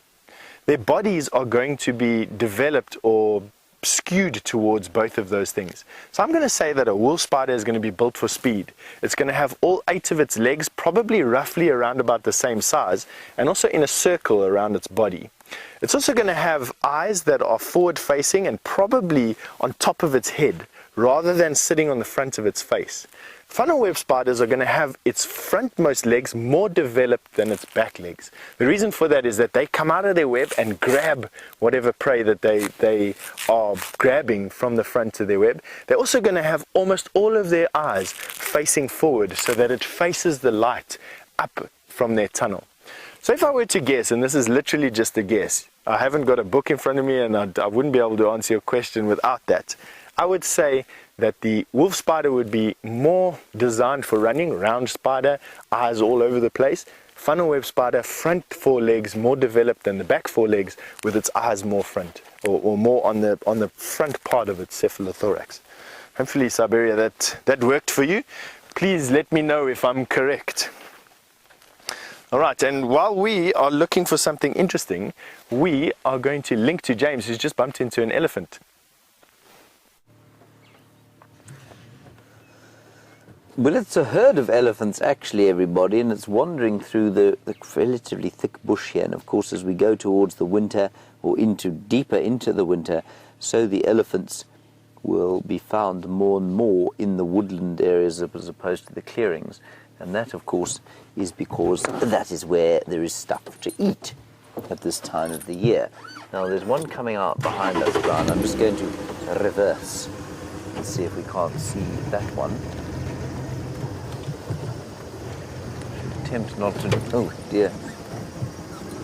Hang on, everyone. I just reversed into a stump. Hello, Wendy. You're in Nebraska, and you say, do the elephants get more aggressive during a drought? Wendy, I don't think they get more aggressive. They will become more stressed, and of course, as you know, when you're stressed about whatever it might be, your temper is likely to fray more readily than it is at other times when you're comfortable and happy. So I think what you'll find is they will become a little bit more testy as the drought progresses, but they won't become more aggressive necessarily. Aggressive is the one word out here. There are two words out here that I try and avoid at almost all costs. One is dangerous when describing an animal, and the other is aggressive. Now, I don't believe any animal is inherently either aggressive or dangerous, except perhaps the human being. We're quite dangerous, aren't we, Bryan? Yeah. Now, this one is definitely pregnant, I think. When you say something like definitely pregnant, I think, it means, as you've said definitely, you think to yourself, maybe I'm wrong. But you see that swelling there on the underneath the spine. You might just be able to make it out.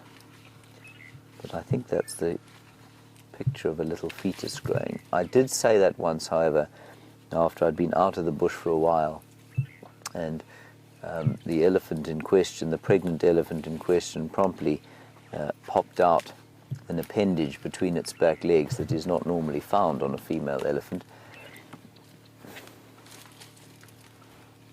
It can sometimes be quite difficult to tell the difference. Should be most embarrassed here. The reason I started to hedge my bets a little bit there is because this elephant has got quite thick tusks, which is unusual for a cow. I'm still pretty sure that it's a cow, though.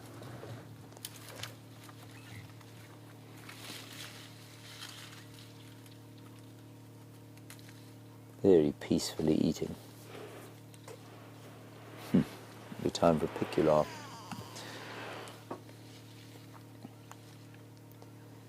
You can just feel, I don't know, well, maybe you can't, but there is a feeling out here of sort of great peace and quiet as the morning starts to heat up. Now just remember, you can send through any of your questions that you'd like to, hashtag SafariLIVE or questions at wildearth.tv. We'd love to hear from you. Send us your comments, and even if you don't want to talk about whatever we're seeing at a particular time, any questions about Africa or the surrounds are most welcome.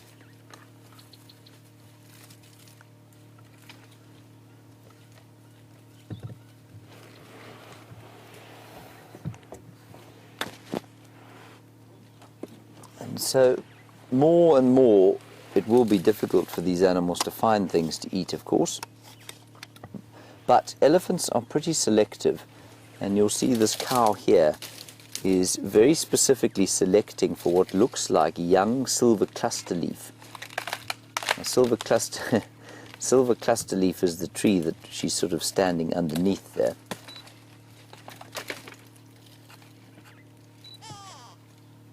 And she's breaking off the young leaves.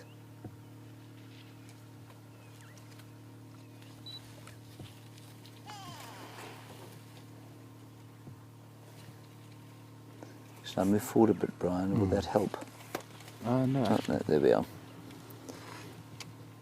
Joshua, what a lovely question all the way from Kentucky. You say, do I think that elephants can hear the difference in each other's calls? Will they recognize each other from their calls? I have no doubt in my mind that they will, yes. I'm sure the closer they are, the easier it will be for them, in the same way that the closer you are to, the person you know, the more readily you'll recognize their voice. But yes, I think these animals are absolutely able to hear each other. We know that lions can. We can watch and observe the different way that lions react to different calls. So when they will often respond to familiar calls and specifically avoid responding to unfamiliar calls.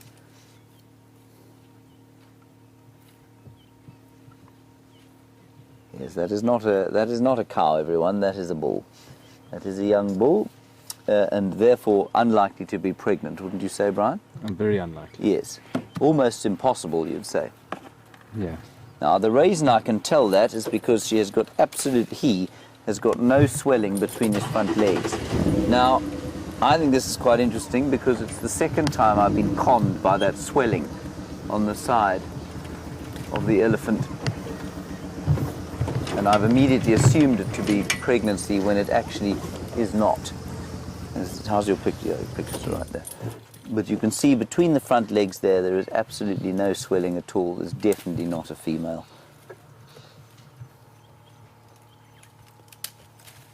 Let me just call this in as well. Stosons is a small breeding herd of elephants on Leadwood Road, just to the west of the big clearings.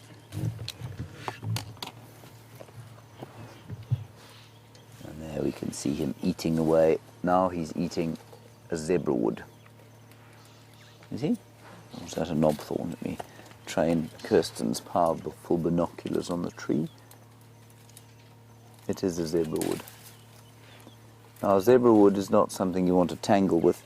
And interestingly, in areas where there are no elephants, it grows into a huge tree from which you can make very sort of expensive, exclusive musical instruments like clarinets. But out here, you wouldn't so much as make a dog whistle out of that wood, because the elephants break the trees and they're just turned into scraggly, fairly terrifying bushes. They've got very vicious thorns on them. Elephants don't seem to mind them in the slightest.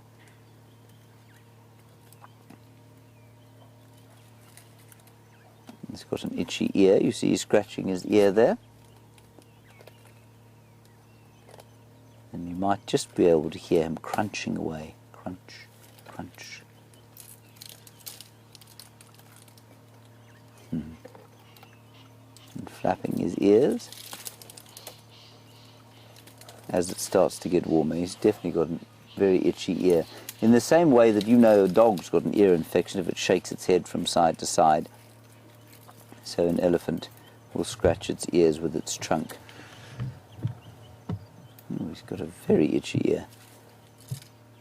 What do you think he's got? Do you think he's got a bit of wax in there, Bryan? Bit of wax build up. But, well, fortunately he can't really blast it, can he? I imagine the wax build-up in an elephant's ear would be quite impressive to see.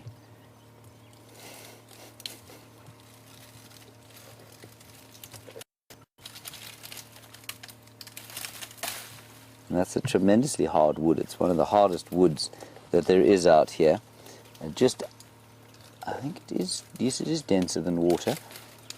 And so it too will sink, a very big piece of zebra wood. And I think it's one of their defensive mechanisms against being totally destroyed by elephants. What's interesting as we watch this now, although we as human beings would say, well, you see, look at the way the elephant is damaging that tree.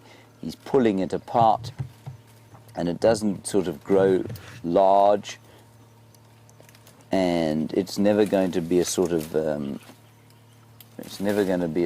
great big impressive canopy providing tree. But of course to the tree it makes almost no difference at all, because it's still alive.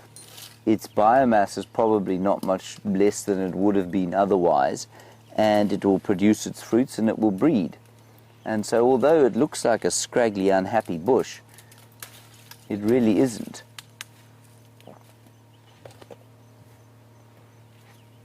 and indeed will probably thrive with the attentions of elephants because they've evolved with the elephants. Now Stefan, of course, who is a master tracker of various different things, not least of which are the arachnids, has got something interesting to show you.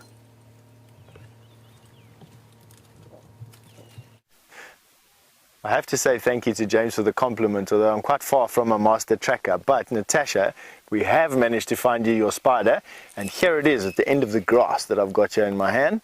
This is a tiny little orbweb spider.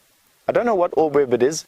It's probably going to be close to a bark orbweb or just one of the more common garden orbs, but just a brown one. This one has typically got the beautiful orbweb, and then it's got these lovely brown markings on it. It's for me quite pleasant. I quite enjoy shades of grey and shades of brown on a spider, and this particular one has exactly that. Now she's tiny. She is, as you can see, probably no more than half the size of my thumbnail there. But she's very cleverly built her orb web in a gap between some trees that's catching some breeze, and she's orientated her web exactly perpendicular to the breeze. In other words, the wind is blowing from myself to you, or the other way around, from you to me, and is blowing insects through the gap in the trees. It would be a natural funnel for flies and for insects, and she's now gone and put her web in almost the perfect place for herself. Orb web spiders, or vertically aligned round or radial spider webs, are perfectly designed to catch flying insects. Not large flying insects. For that she'd need some entrapment snares, for a spider of her size at least anyway. She is there primarily to catch small flying insects. That's what she's designed to catch. That's what she's keyed to catch. And she'd use this beautiful web. The web is about as big as my hand. So I've got my fingers on both sides of my hand now spanning her web. She's got a web as big as my hand, which is not admittedly the biggest thing out there. And she's sitting dead center in my palm at the moment. So Natasha, I hope you enjoyed that one. This isn't a big, scary, hairy one with lots of bright colors.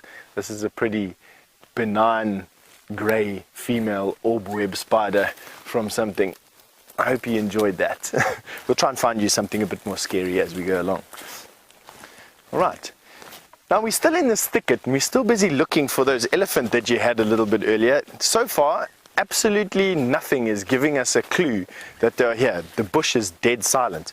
We've got an oriole that's calling in the distance, which is a type of bird, a yellow bird with a black head, and that's probably about the only sound that I'm hearing.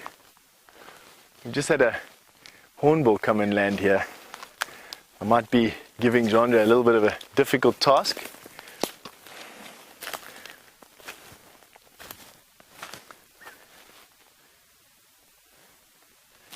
Aaron in New Zealand, just looking at this, at these hornbills, have actually just asked me if I have a favorite bird song, and I must say I actually do, Aaron. The Hughlins robin is for me the best bird call in the morning. The Hughlins robin. I'm going to walk a little bit closer to these hornbills. I want to have a look. Male yellow-billed hornbills, which is what you're having a look at here, the southern yellow-billed hornbill, have got a red wattle underneath their chin, so basically where their beak goes into their face. Oh, he's caught something. Oh no. Let's go and have a look what he dropped there, Jeandre.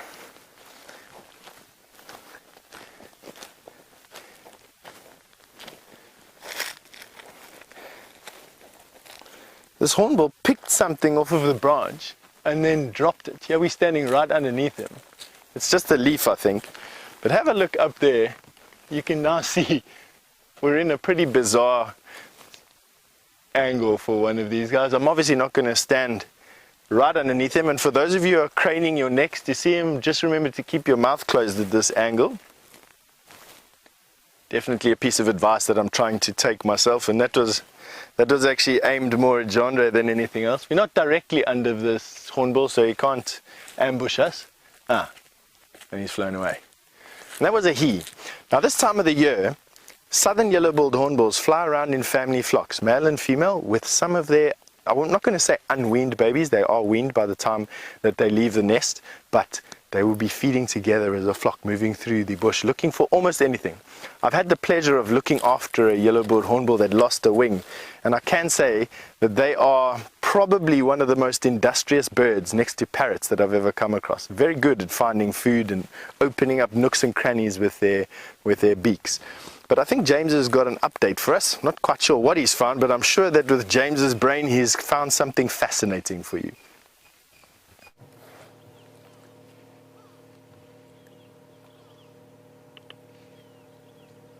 Now, sitting on a log like this has always reminded me of those wonderful Mark Twain books, Tom Sawyer, of course, and Huckleberry Finn, and whiling away the day on a log, watching the world go by with a piece of grass hanging from your mouth is a tremendous way to spend a bit of time. Now, this particular piece of grass is quite interesting, and I'm going to bring it across to you and show you now. But before I do that, what I want to try and show you is a butterfly, and I'm going to move with great stealth, Bryan. Observe my stealth. Now, this butterfly is going to start to warm up now because the day is warming up, and so it may well fly away. It is, ooh, you see it?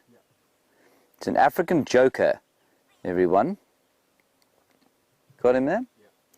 And he's opening and shutting his wings, so the hemolith, which keeps the hydraulic pressure in his wings and allows them to sort of flap with a bit of speed, is heating up. And as it heats up, so he will probably take off as the sun starts to warm his body. They're, of course, completely ectothermic, which means they get no heat from within their bodies at all. There he goes. And there are a number of, actually, I'm surprised by the number of butterflies around on this plant. There are a couple of blues, which are going to be almost totally impossible to see with that camera, but a number of different blue species and a broad-bordered grass yellow. Now, there are two interesting things here. The first is this leaf.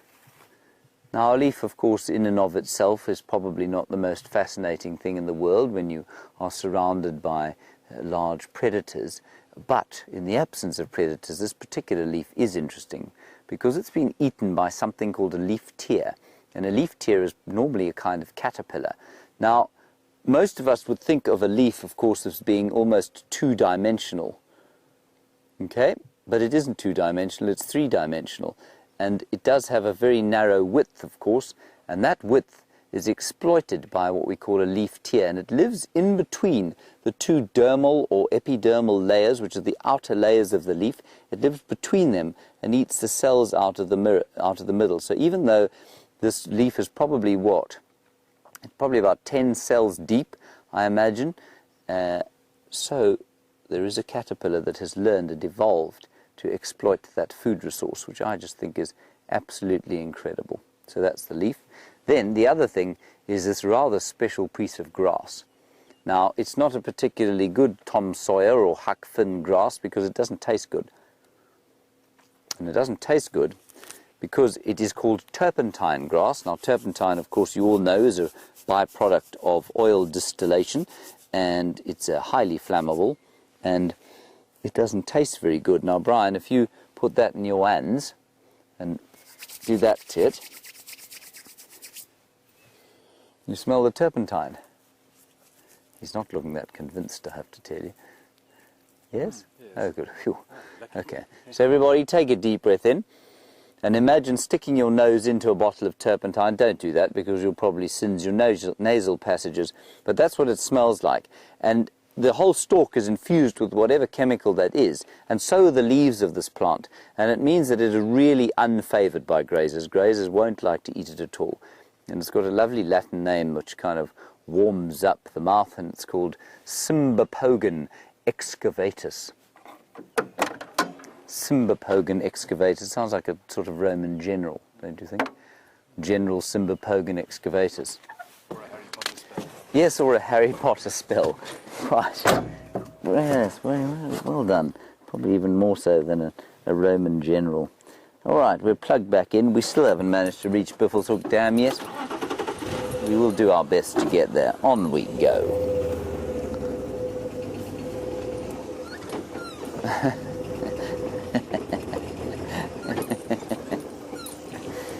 Judy H, you say, new sweater and new jacket on the James Hendry fashion show today. Well, you know, I am a very fashionable person, Judy. This jersey was brought to me from England during my leave, and that's because in South Africa it's almost impossible to get a plain wool jersey. And this is a nice spiky hard wool jersey, which is ideal for living in the bush. The jacket, of course, is not new. It just has graduated from being my sort of slightly bushy town jacket into being my slightly, well, you know, it's lost its colour and stuff, so now it's my bush jacket. Thank you, Judy, for noticing the efforts I make with my fashion. That is, of course, entirely sarcastic.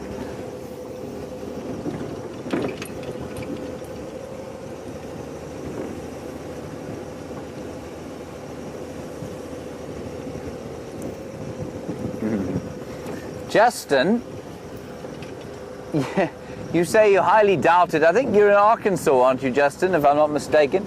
You say you highly doubt it, but has it ever snowed in South Africa? The answer is yes. It snows every year in South Africa, just in very limited areas. Justin, South Africa is pretty big. And, I mean, it's probably the size of... What would it be the size of in the US? I guess it's... The US is probably 5 times the size of South Africa, so I mean it's still a pretty big country. And in the highlands, on the mountains, in the Drakensberg, it snows every year. It doesn't ever form sort of decent powder that you can ski on. You can ski in 2 places that I know of in South Africa, but they've only got sort of 1 run each. But mostly the snow forms ice very quickly. But that's only in the high-lying areas. But you can tell immediately where an area is snowed, and I've mentioned this before, by whether or not there is a local word for snow. There isn't a local word in this area for snow. And so you can be very sure that although snow has been seen on the mountains to the west of here on extremely cold mornings, very unusually, probably once every 10 or 12 years, it's never snowed where we're sitting now, no. But up into the highlands of South Africa, and even in Johannesburg, which of course is the economic hub of the country, it does snow every 10 or 12 years or so. But never to the extent that there are snow drifts that people have to, you know, kind of shovel snow and that sort of thing. I mean, Bryan, you had an experience, you said the other day, and you had a proper blizzard in Johannesburg once. Yeah. In 2012. In 2012, yeah. But very unusual. There is a word in Zulu for snow. It's a wonderful word, and it is iqwa. But there's no word for that in Shangaan or Tsonga, which is the local language here. Thank you, Justin. Very nice question. I'm very glad it doesn't snow here, to be honest. Well, we're getting into the area where we had those lions last night. I think Mike from Cheetah Plains has driven around here today. So they're probably not around, but maybe one of them has popped out onto the road. We'll have a look and see. Obviously. So like I say, the female that is lactating, or the lactating female that we saw yesterday, was wandering this way. I'm really interested that she was further away from the baby, seemingly, than the one that was roaring last night. I think they were both roaring at each other, but the one that we had, when she stood up, she was very fat, and she might actually be pregnant, but she didn't look like she was lactating. I can't wait to see those little cubs. They are, of course, my favorite thing to see in the bush.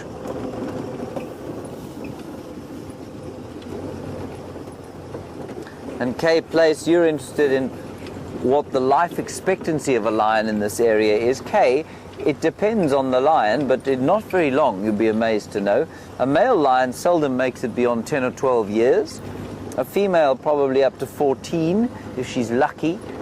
In captivity, they'll live up to 20, but out here, very unlikely to live beyond that. And the survival rate, 1 in 10 males makes it to adulthood and to take a territory. and females to adulthood much higher, probably about 4 in 10 or so. So still not very high. And that's because they live lives that are, or they're very physically demanding, and in terms of the males, they're fighting all the time.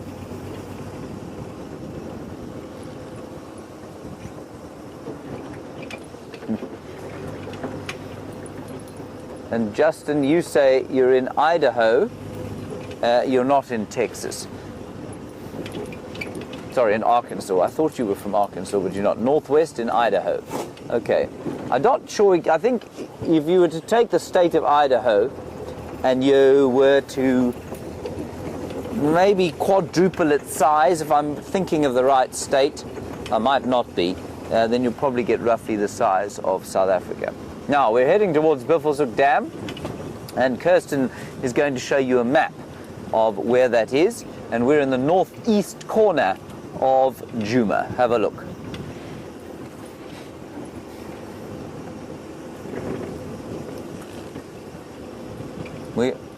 We are, of course, attempting to make those slightly higher resolution maps, but it is really nice, I think, that you can now see exactly where we are, and I'm not sure if the GPS is working at the moment, but you may find that there was a little flashing dot, which was my vehicle.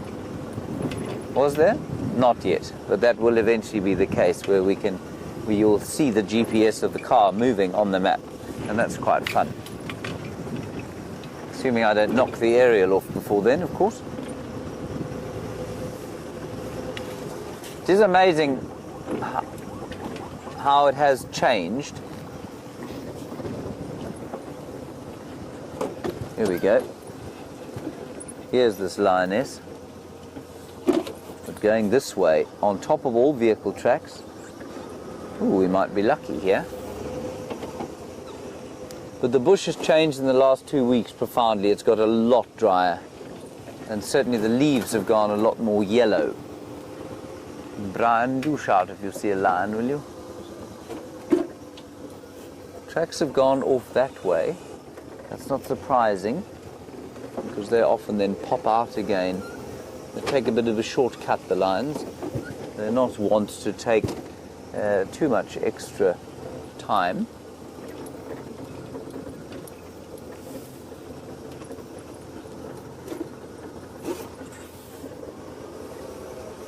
Make too much extra effort.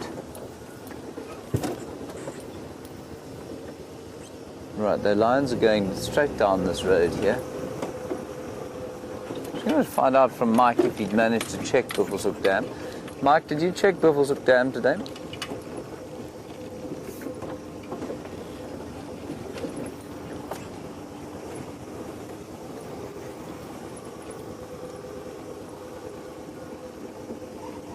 Okay, copy. I've got tracks of this Pride heading down Hippo Pools Road towards Buffelshoek Dam. I'll give it a look. So he has not checked the dam.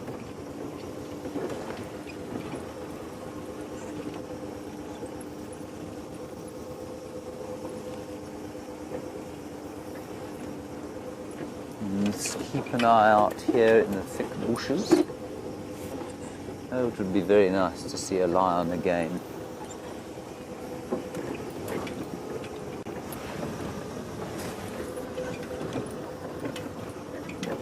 Thought I may have seen something there. Yes, impala. Unlikely to be lions there, right, Bryan? If there are impala lurking around. These tracks, I think, are from last night sometime, and of course lions will move big distances.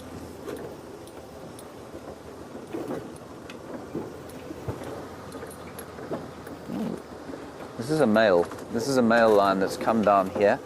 Ooh, 2 hippo here today. I think this male's come down, had a drink here. He would have heard the female calling. He probably had a drink here last night and then moved off.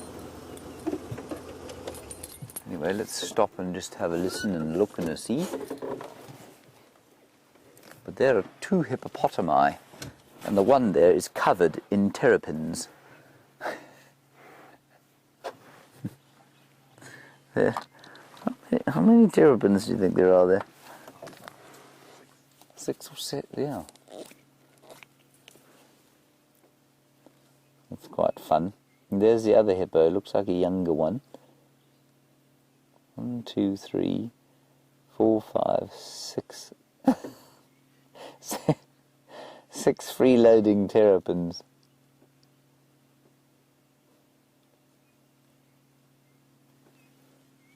There's some squirrels alarm calling to the north of the dam, but I mean they could shout at anything this time of the day. So there was a herd of young male impala that was knocking about here. We'll do a loop around and see if we don't pick up those tracks around the other side to the north of the dam. Yeah, it looks like a single male that's come down here, possibly responding to the calling of the female yesterday.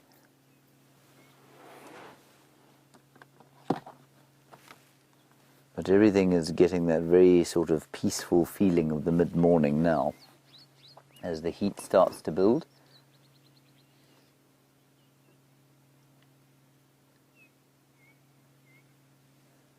And Kathy, you want to know the rocks are still on the dam edge. Well, Kathy, yes, they are. Bryan will demonstrate them to you now. Thank you, Bryan. There they are. And although they're a little bit unsightly, they are playing a very vital role in the life of the torchwood tree, whose shadow you can see there. This torchwood tree's roots are slowly being sort of inundated by the collapsing of the bank here. And so this, what we call, oh, I see. Yes, Kathy, you make a very good point. Sorry, we're not talking about this gabion here. We're talking about the rocks that I placed that were, in theory, there to check the levels of the dam. Now, Kathy, they are there, but they have been moved. There they are. So, if we look, Bryan, if you look at those rocks on the edge there, I put those in a sort of arrow formation, and they seem to have been kicked about a bit, unfortunately. So it doesn't look to me like the water level has dropped here much at all.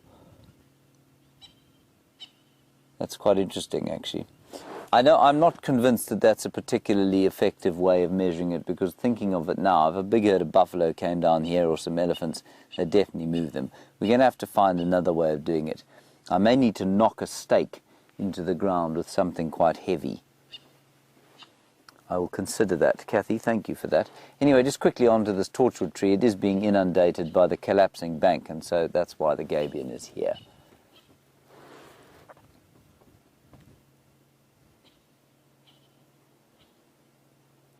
Well, Richard in New Zealand, you want to know why it is that there is great construction and excavation going on at the dams around here. You want to know if it's for flood control or for the animals or what it is. It's a bit of both, I guess. You can't really control a flood, but what the worry is that the dams will be broken if there's a large flood, and that, of course, will mean that water doesn't stand here on Djuma, that it just flows like it would normally. So that's the major reason for it. There's a suspected sort of flood season coming here. Whether or not that will happen this year or next year or the year after that, nobody really knows. But that's why the dams are being dug here. And all around the Sabi Sands, the landowners are very keen to have dams. There are certainly very valid questions over the ecological value of a dam like this. But on a small piece of reserve like we're on now, well, if everybody else has got dams around the place, well, we just wouldn't see anything if we didn't also. That is an enormous terrapin on the back end of that hippopotamus. It's probably about 1.5 foot long. Alrighty, let's move on from here and see. We've only got about half an hour left. We'll see if we can't find some tracks.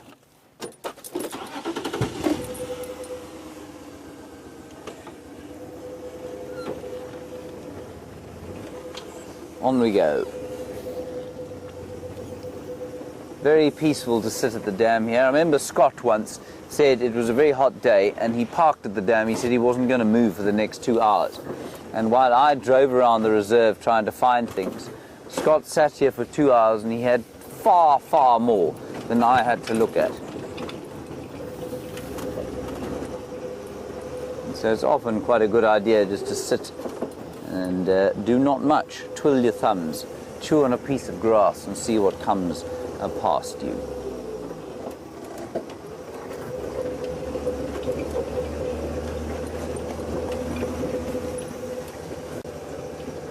Hello, Bryan. Not Bryan on camera, of course. You want to know if terrapins are related to turtles? Absolutely they are. They are part of a group of reptiles called the chelonids, and the chelonids are broken into the terrapins, the tortoises, and the turtles. Now, a turtle, strictly speaking, is a sea-dwelling or saltwater-dwelling chelonid. In other words, a reptile with a shell on its back. A terrapin is a freshwater-living chelonid, and a tortoise is a land or terrestrial version of the same kind of animal. Thank you for that, Bryan. I'm just going to look into the bushes here to see if there isn't a male lion sleeping to the north of the dam. I think he would have come down here and had a drink last night.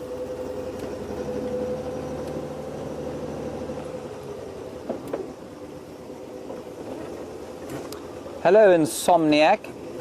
You're obviously getting tired and wish to go to bed. You say, what time is the drive going to end? Well, Insomniac, we started half an hour later today because it's the 1st of June, and so shall we end half an hour later. We'll end at 9:30.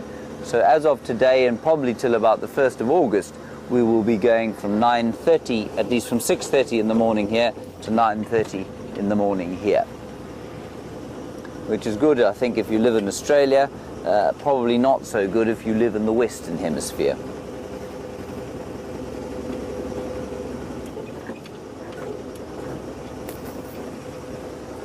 Now, I don't see any further tracks of a lion here, but we'll just drive along this very bumpy cut line and see if we can't spot him. Hold on tight, everybody. Don't spill your drinks.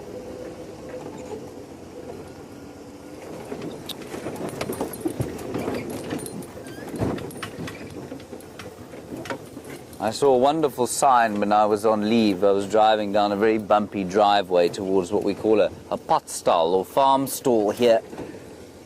And it said, fasten seatbelts and remove dentures, because the road was in such an appalling condition.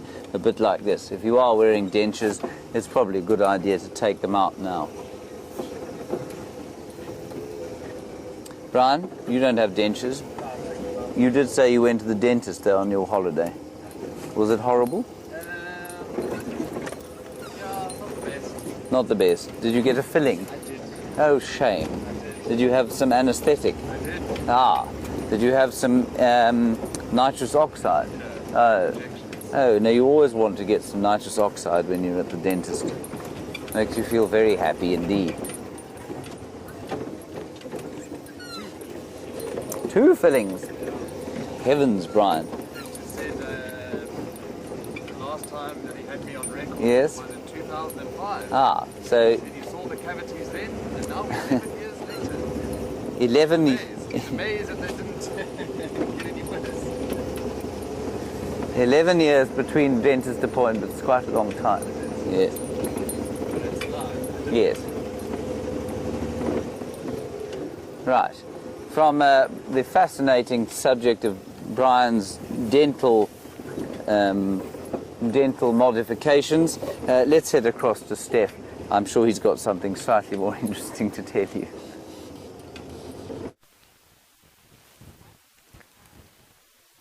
You know, one of the most difficult things to sneak up on in the bush is a zebra. They're incredibly intelligent, and they're also very, very aware of their environment.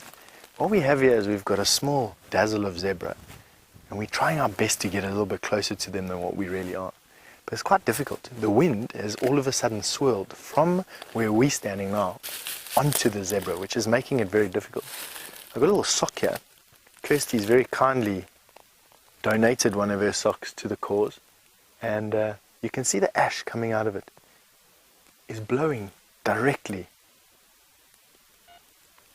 It's not coming out that good. I don't think it was a very clean sock when she gave it to us, but we'll get that ash flowing much better.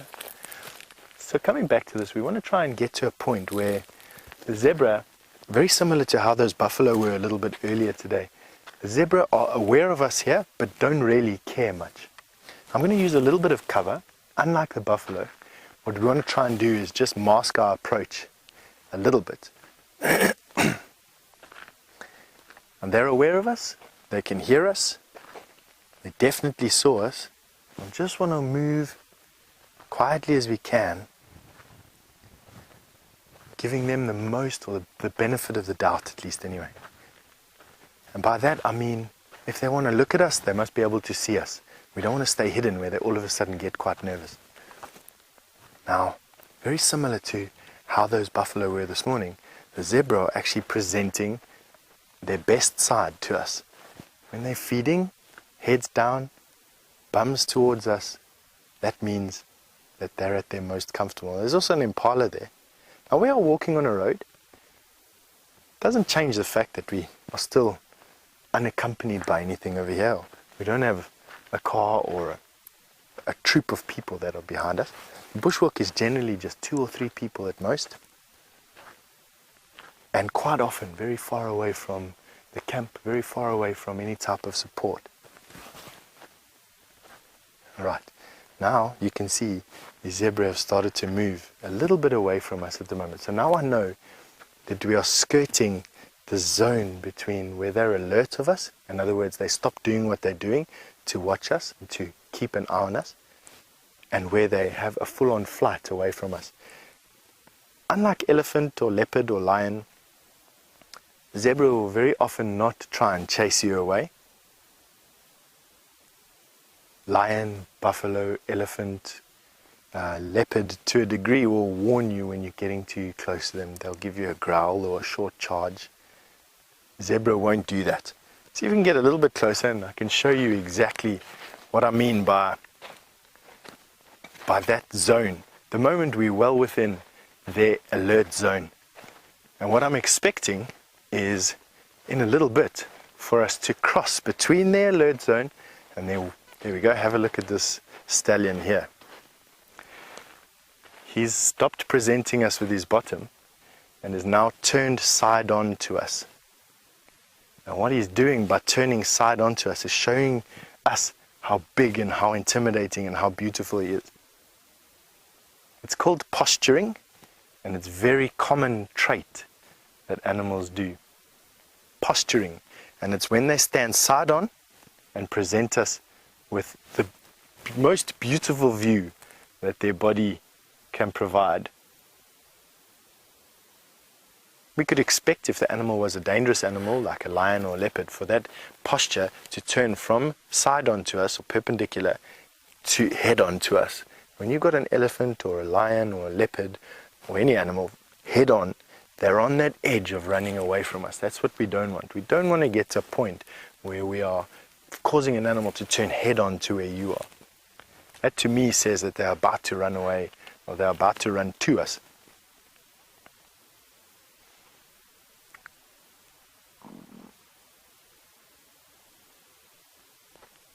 Justin wants to know, having a look at the zebra, of course, is if we accidentally stumble onto an animal, what's the best thing to do? Justin, the best thing to do is not to run. That's the best thing. The second best thing is to see what that animal does. Quite often, if the distance is very close and that animal jumps up and faces you directly, that's a very clear indication to create distance. So what you want to do is you want to create distance away from that animal. Creating distance will, in almost all circumstances, 9 out of every 10 encounters, create an environment that either forces the animal to run away from you or go back to normal. What you want to try and do is just let them know, hey, I've seen you, but I'm creating distance and I'm trying to diffuse the situation.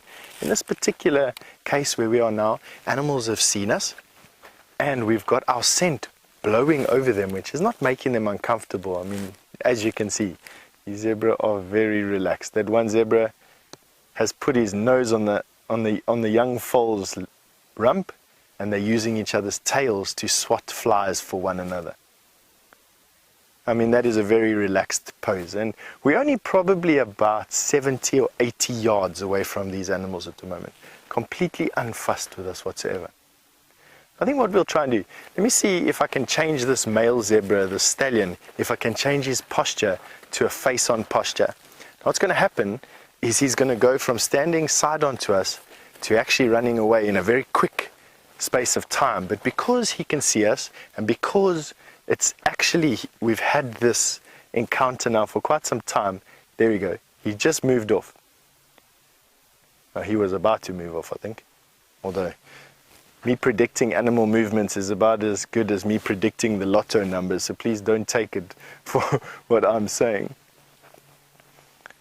But absolutely, let's see if we can just cause him to move. He won't run, I don't think, he's just going to move. We're now at probably about 30 yards from the zebra.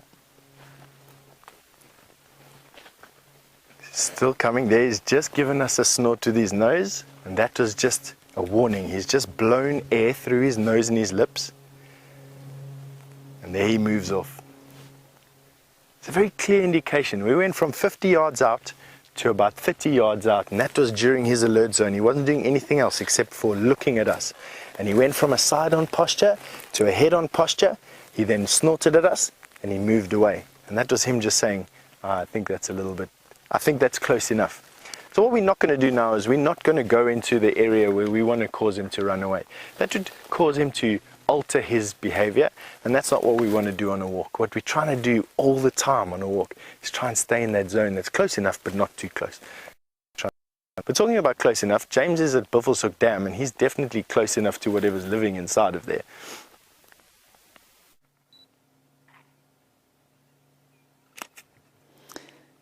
So we've come back to Buffelshoek, and we did a sort of loop around to see if we could find the male lion tracks, and we didn't find any evidence of them, I'm afraid. So we've come back to the dam here, and well, there's a buffalo that's come down to drink, and we've the other side now. We're on the northern bank, just sort of checking around to see what perspectives we can get.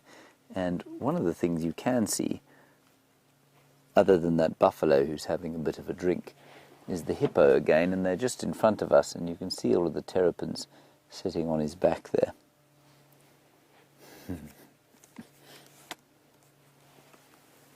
I think that's wonderful.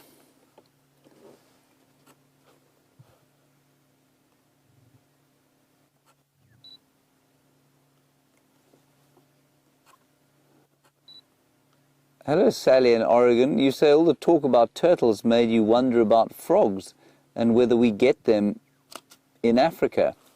Sally, we get many, many kinds of frogs in Africa. Let me quickly show you well, no, I won't. We've got lots and lots of different kinds of frogs in Africa, and in this particular area, probably about 25 species or so of frog when there's rain. Of course, we haven't had any decent rain for the last little while. So that's why we don't have, or you haven't seen any frogs on safari. I don't know how long you've been on safari with us, but we had a very poor frog season, and that's because of the lack of rain this year. But yes, Sally, we get lots and lots of frogs out here, and they're a real joy of a summer night to hear them singing. But you'll find very, very few frogs in a waterhole like this now, because we're in the winter, of course. And it's a bit chilly for them, believe it or not. I mean, I say it's chilly. The temperature's probably sitting at about 24 degrees Celsius now when we sit here in the sun, which is pushing, well, it's not too far below 75 degrees Fahrenheit. Alrighty, I think let's move on from here and see what else we can see. Those, of course, are the serrated hinged terrapins, everybody. They are all the same species. The ones sitting on that hippo, they're just different sizes because they're different ages. Righty, I'll move on. I'm not going to go forward, Brian. I think it might be a little bit dangerous. Hello, ex-Ranger. You know that we were doing No Meat May at the behest of Samuel. No Meat May went okay, ex-Ranger. it was no meat fortnight for me. I was going to try and do without meat for the whole of May, but I found it too difficult once I got home and people were eating meat, and it felt, I was taken out to or invited to supper with various people, and I thought it was just a bit much of an imposition for me to suddenly say, hey, I'm sorry, no, I don't eat meat at the moment. So I just kind of carried on and ate less meat. And I'm attempting to do that permanently, but the 2 weeks that I was in camp that I didn't eat meat, I didn't feel any different, to be honest. It was, I must confess, because of the lack of animal fat, I did feel a lack of energy for a little while, but I got over that pretty soon.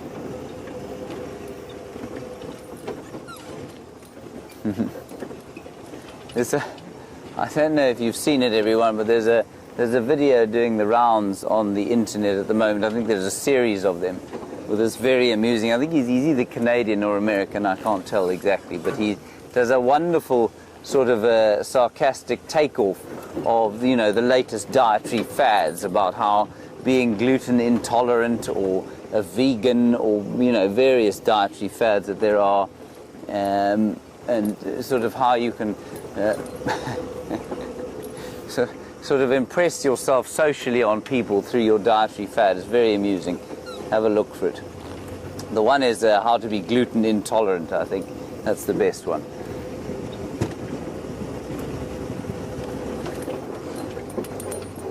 Okay, we're going to go and check the drainage lines. This is around about where we had that lioness yesterday evening. I haven't seen any further tracks of her, to be honest. And the male lion, I don't know where he's gone either. But we can't very well go wandering off on foot. Anyway, Stef is on foot with some zebra, so let's go and have a look at them.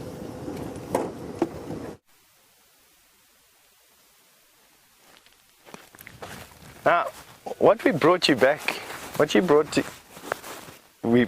were brought back to us for is the fact that we've just decided to see how close we could get to these zebra. And remarkably, these zebra have allowed us basically to become part of their herd. They're absolutely not scared of us whatsoever.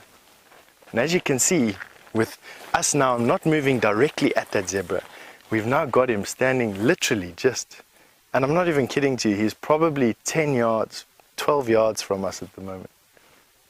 The reason for that is, I think, is that we've been really respectful of him up to this point, and we haven't really crossed that line. And now the wind has changed slightly. You can see it's now blowing directly away from the zebra, so it's not blowing our scent onto him anymore, and has allowed us this unique opportunity actually to become part of the zebra herd. You can see that mare in the background, she has started feeding. They can absolutely hear every single word that we're saying at them. And now, just to reiterate where we are, this is not some zoo somewhere or some park somewhere where these animals see humans every day. This is a wild herd of zebra in an area that has never been anything except for wild. The Kruger National Parks is one of those fantastic wildernesses that have been left to us, where it hasn't been animals that have been reintroduced or animals that have gone from no animals to lots of animals after bad farming practices. The Kruger National Park is in a pristine setting. It's in a pristine environment. It's never been messed up by people. Let's see if we can get a little bit closer with these zebra. Now, just in the same spirit of just busy learning animal behavior, it's always a good thing to practice, whenever we can, the skills that we need for dangerous game. Now, we're trying our best here to try and not be intimidating. That's, I think, what my goal is here, is to see exactly what these zebra will tolerate. You may have heard there that blow. He's now posturing at us. That's a zebra male that's just busy showing us how good looking he is, how strong he is. By posturing, I mean it's like a man showing him muscles and, I don't know, posturing.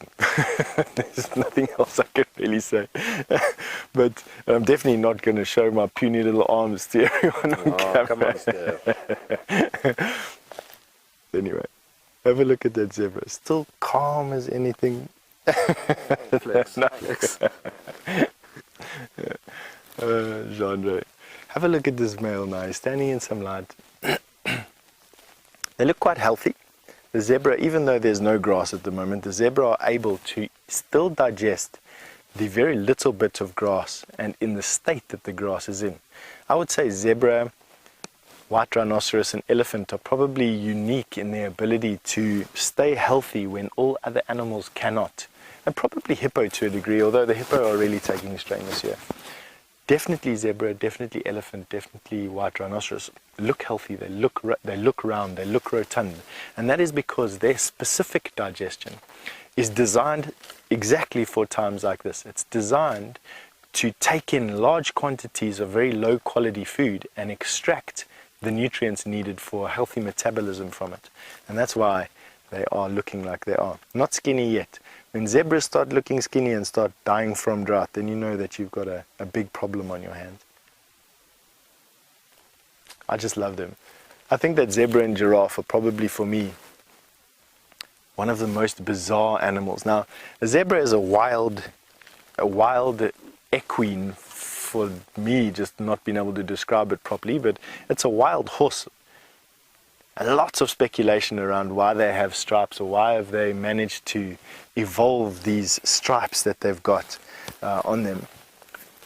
There's a whole lot of hypotheses around it. The most interesting of them ranges from a type of thermodynamic capacity, in other words, being able to take reflected heat off of the white stripes, a relatively colder area, to the black stripes, and through temperature gradient move temperature out of the blood in the black stripes to the white, and then radiate it off of the body, enabling them to stay a little bit cooler.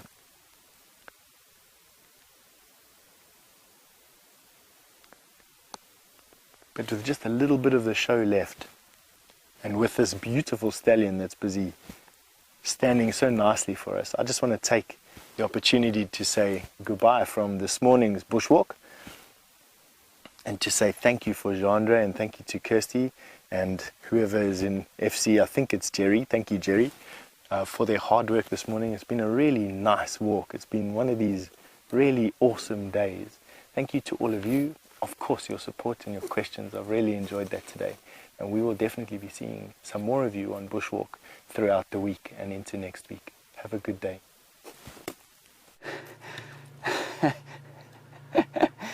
Hello everybody. I've just been moving this tree because it was on the road. I can see that some very lazy person has driven around this tree. Well, they're not built as big as me, are they, Bryan? Look at you. 5'8". I'm a big man. Right. Now, Bryan's got something to play for you. We're chatting about frogs, and this is what it sounds like here in the summer. That's all the frogs, and we didn't have any nights like that this year. Isn't that lovely? Probably about 6 species of frogs calling there. And that was recorded at the Manuleti, you say, Bryan? Yeah. I think it was last year, rainy season. So 2015 okay. rainy. So, I mean, we didn't have a night like that this year because there was so little rain. But hopefully this next wet season we will. I'm quite exhausted after that, Bryan.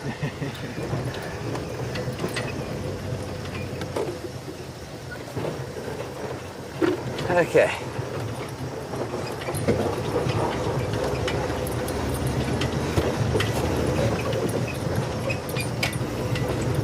Righty. So we're pretty much done for the afternoon. Just remember, for those of you who are wondering, we're finishing half an hour late because we did start half an hour late, and that will continue probably to round about the 1st of August. And then we'll start to move back with the sun again. Kirsten, I missed that, I'm afraid. Ah. There we go. This afternoon you will be accompanied by Jamie and Brent. I think they will be out this afternoon, all things being equal. They had a well-deserved morning off today. And we may well also have Stefan on the walk.